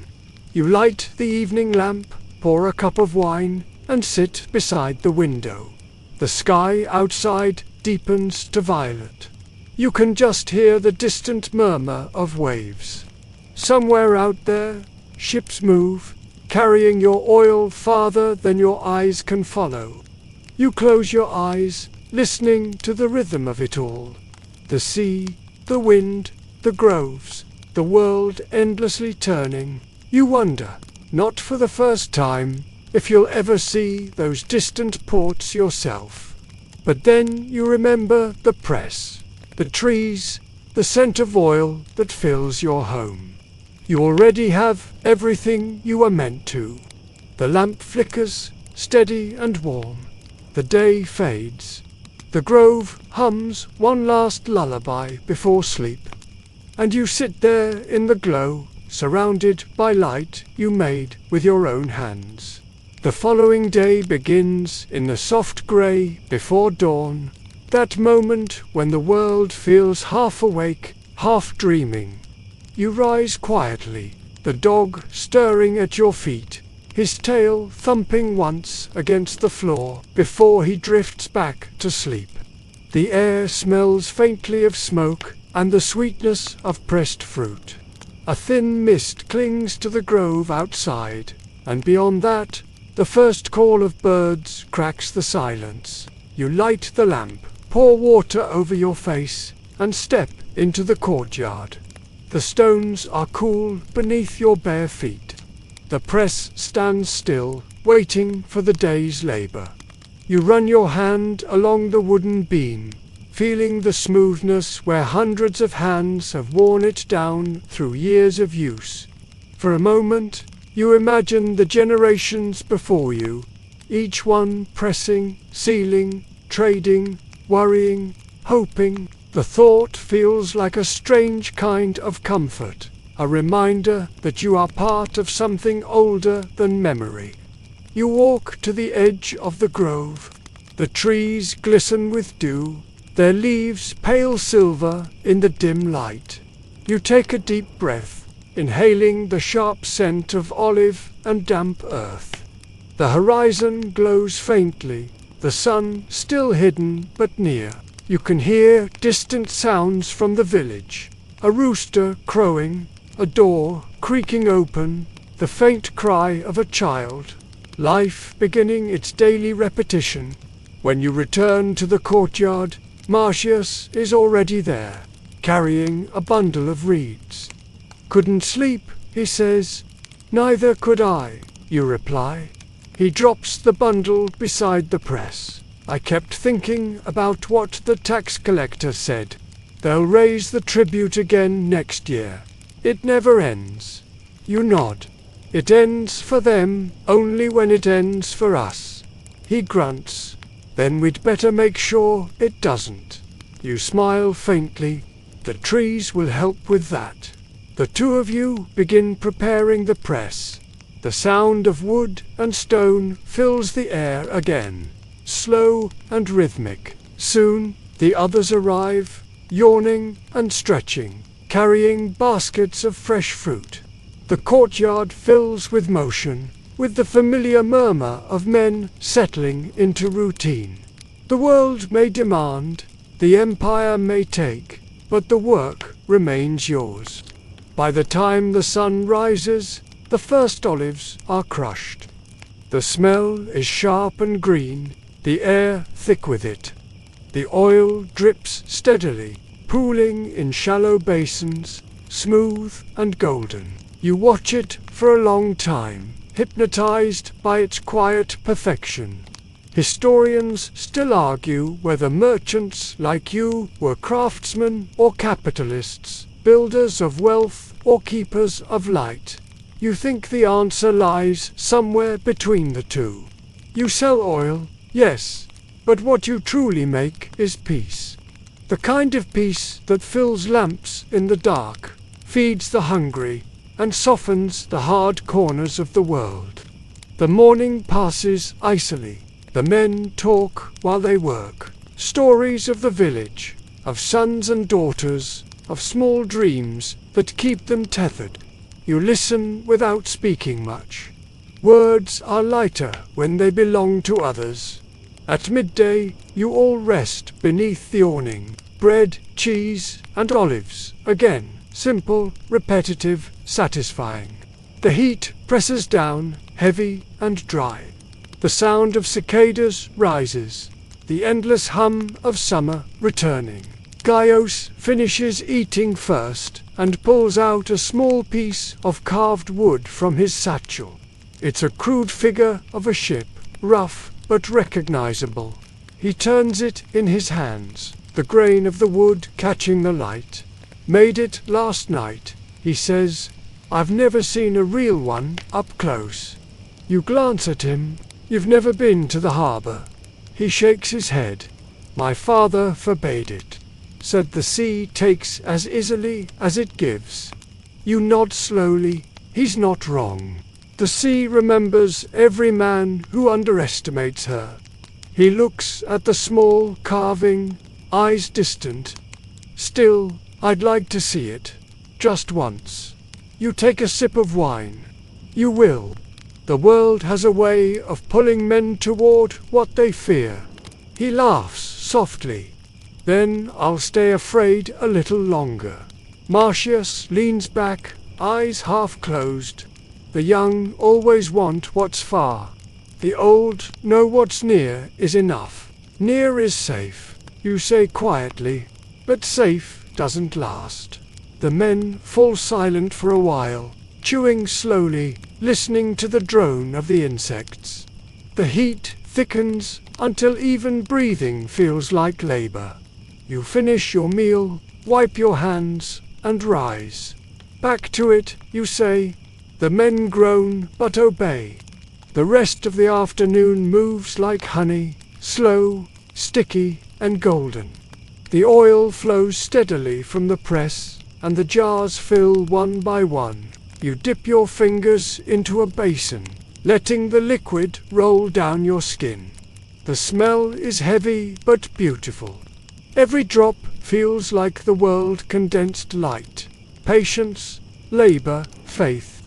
By late afternoon, the heat begins to break. A breeze moves through the courtyard, carrying the scent of salt again. You glance toward the horizon and see the faint shimmer of the sea. Small sails dot the edge of the light, traders, fishermen, wanderers, each one chasing some form of survival. You wonder what it would feel like to leave. To sail away from this small circle of trees and trade and ritual.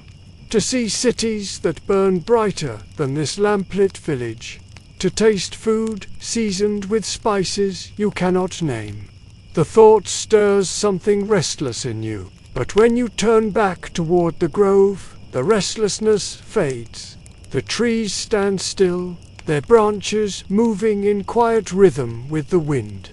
You remember your father's words again. The roots hold more truth than the waves ever will. Historians still argue whether men like you ever dreamed beyond your trade. Perhaps some did. Perhaps others found peace in their limits. You are somewhere between grateful for the earth, curious about the horizon. As the sun sinks lower, the men finish cleaning the press. You check the seals, the jars, the ledgers. Everything is in order. The day has given what it could. You dismiss the men early, telling them to rest. Tomorrow, you say, we start again. They nod, their faces soft with fatigue but satisfaction. Marcius lingers last, as always. You should rest too, he says. You smile. Soon, when he's gone, you walk to the edge of the grove. The light now is low and amber, the shadows long. You sit beneath your oldest tree, pressing your back against its trunk. The dog finds his place beside you. The sound of the wind in the leaves is soft, like an old song hummed by the world itself. You close your eyes, feeling the warmth of the day fade from your skin. The press, the taxes, the trade, all of it slips away. What remains is simple. The scent of the earth, the quiet heartbeat of the grove, and the faint comfort of knowing that your hands, for one more day, have kept the world's lamps burning. The days that follow pass quietly, like water running through the grooves of old stone. Each morning arrives the same soft light through the shutters, the smell of oil and smoke, the creak of the press waiting to wake. You rise, eat a piece of bread dipped in yesterday's oil, and walk the grove while the world still yawns. Routine no longer feels like duty. It feels like breathing. The workers have settled into their rhythm again. You hear their laughter echo through the trees before the sun fully climbs. The sound comforts you. After the storm and the tax collector's visit, peace has returned, fragile but real. The grove seems to know it too. The air feels lighter, the leaves shine brighter, and the fruit, though smaller, grows with quiet confidence. You stop near the oldest tree, the one whose roots twist like a sleeping animal. You place your hand on its trunk, feeling the faint pulse of life beneath the bark. You whisper, "You've outlasted kings and storms. You'll outlast me, too." The wind stirs gently, brushing the leaves against your face as if in reply. Back in the courtyard, the press hums again, steady and sure. The oil flows into the basins, golden and thick. Gaius works the lever carefully now, no more rushing. Marcius oversees the sealing of the jars, his motions slow but precise. You walk among them, checking, adjusting, offering few words. Everyone knows what to do. After so many years, the grove runs itself. You are simply part of its heartbeat. As the day warms, a traveller approaches from the road. He wears a thin cloak, his sandals caked in dust. He carries a scroll case at his side. When he reaches the gate, he bows politely. "Are you the merchant of the olive grove?" You nod. "What news?" He unrolls a small parchment and reads. "A ship from Rhodes arrived in Corinth. Your oil fetched high price, twice the market value." You raise an eyebrow, twice. He nods. "A shortage in the eastern ports. The temples there need fresh oil for the autumn rites." You smile faintly. "Then the gods are thirsty again." The traveller grins, accepting a small coin and a cup of water before continuing down the road.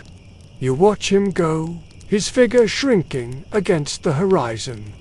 The world feels larger when messages arrive like that, proof that your small grove touches places you've never seen. Historians still argue whether such distant trade made men wealthy or merely busy. You've learned it does both. It fills your purse, but empties your hours. Still, there's something comforting in knowing your oil burns in far-off temples, flickering before statues of gods who will never know your name. You spend the afternoon helping Marcius mend a cracked amp. The two of you sit on the ground near the wall, the clay pot resting between you. He applies the resin, and you hold the pieces steady. "You ever think about stopping?" he asks suddenly. "Stopping?" He shrugs. "Selling the grove, moving to the city, living without the dirt in your nails." You smile, and do what? He laughs softly. "Sit in the sun, tell stories. Watch the young men break their backs instead." You think for a moment. The city sounds loud. "It is," he says, "but there's gold there, and no trees to worry over." You look toward the grove, the leaves glinting in the fading light. "I'd miss the sound of them," you say quietly. Marcius nods, wiping his hands on a rag. "Then I suppose the city will have to live without you." The dog barks suddenly, chasing a lizard into the shadows.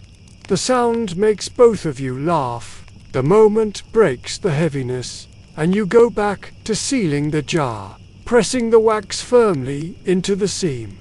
When it's done, you set it with the others. 33 jars now, all gleaming faintly in the dusk. Evening comes quickly. The men finish their work, wash their hands, and head toward the village tavern. You stay behind, preferring the company of silence. You light a small oil lamp and carry it to the storeroom. The flame flickers against the clay surfaces, casting gentle light that dances like the sea at night. You sit on the low stool, the smell of oil wrapping around you like a blanket. You pour a small cup of wine and sip slowly. The liquid is sour, but it warms your chest. You take out the letter from Idin and read it again, though you know the words by heart now. Keep pressing, friend. There are more voyages to make. You trace the words with your finger. He is right, of course. There are always more voyages across seas, across seasons, across the simple span of one life. The work never ends, but neither does the meaning. Outside, the night air cools. You walk into the courtyard, lamp in hand. The grove shimmers under moonlight, each leaf silvered like metal.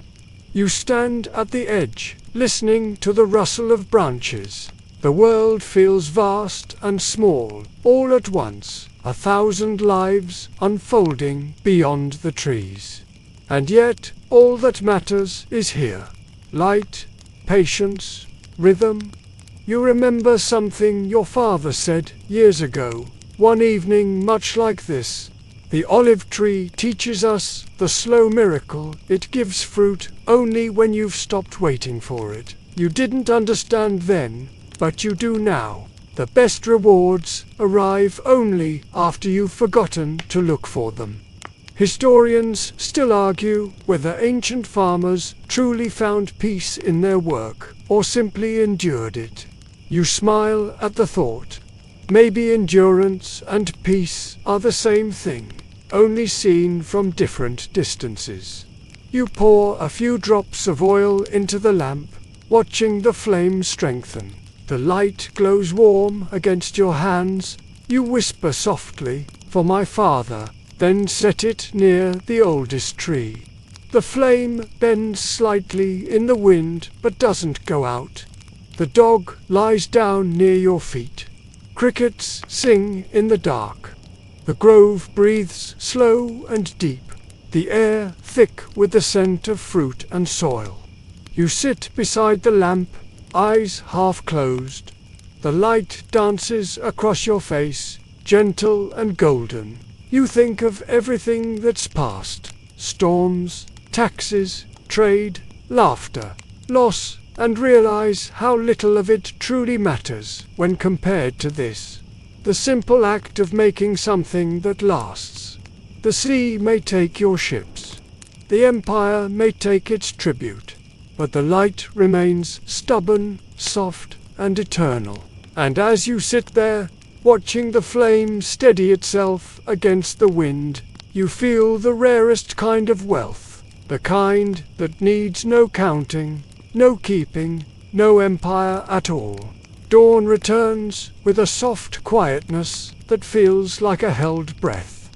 The air is cool, heavy with the smell of wet soil and crushed leaves.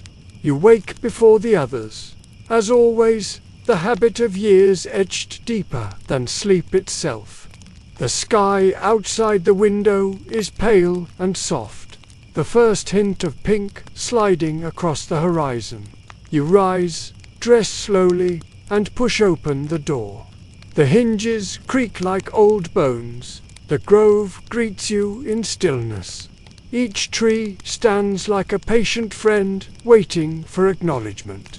Dew gathers on the leaves, catching the dim light and turning the world into a field of silver. Somewhere far off, a donkey brays, and a distant wave breaks against the shore.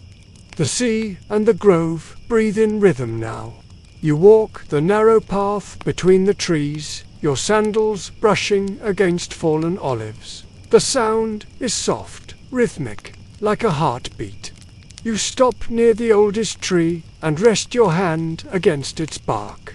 It feels warm already, alive. You whisper, "Another day." The words are simple, but they carry everything: gratitude, fatigue, acceptance.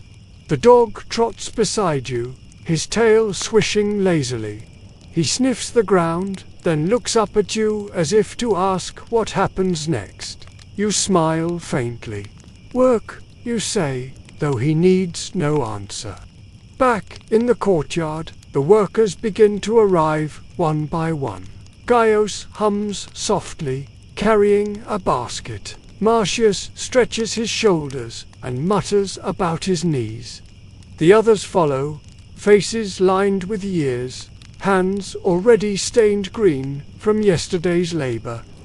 You nod to each of them, and they nod back. No orders are needed anymore.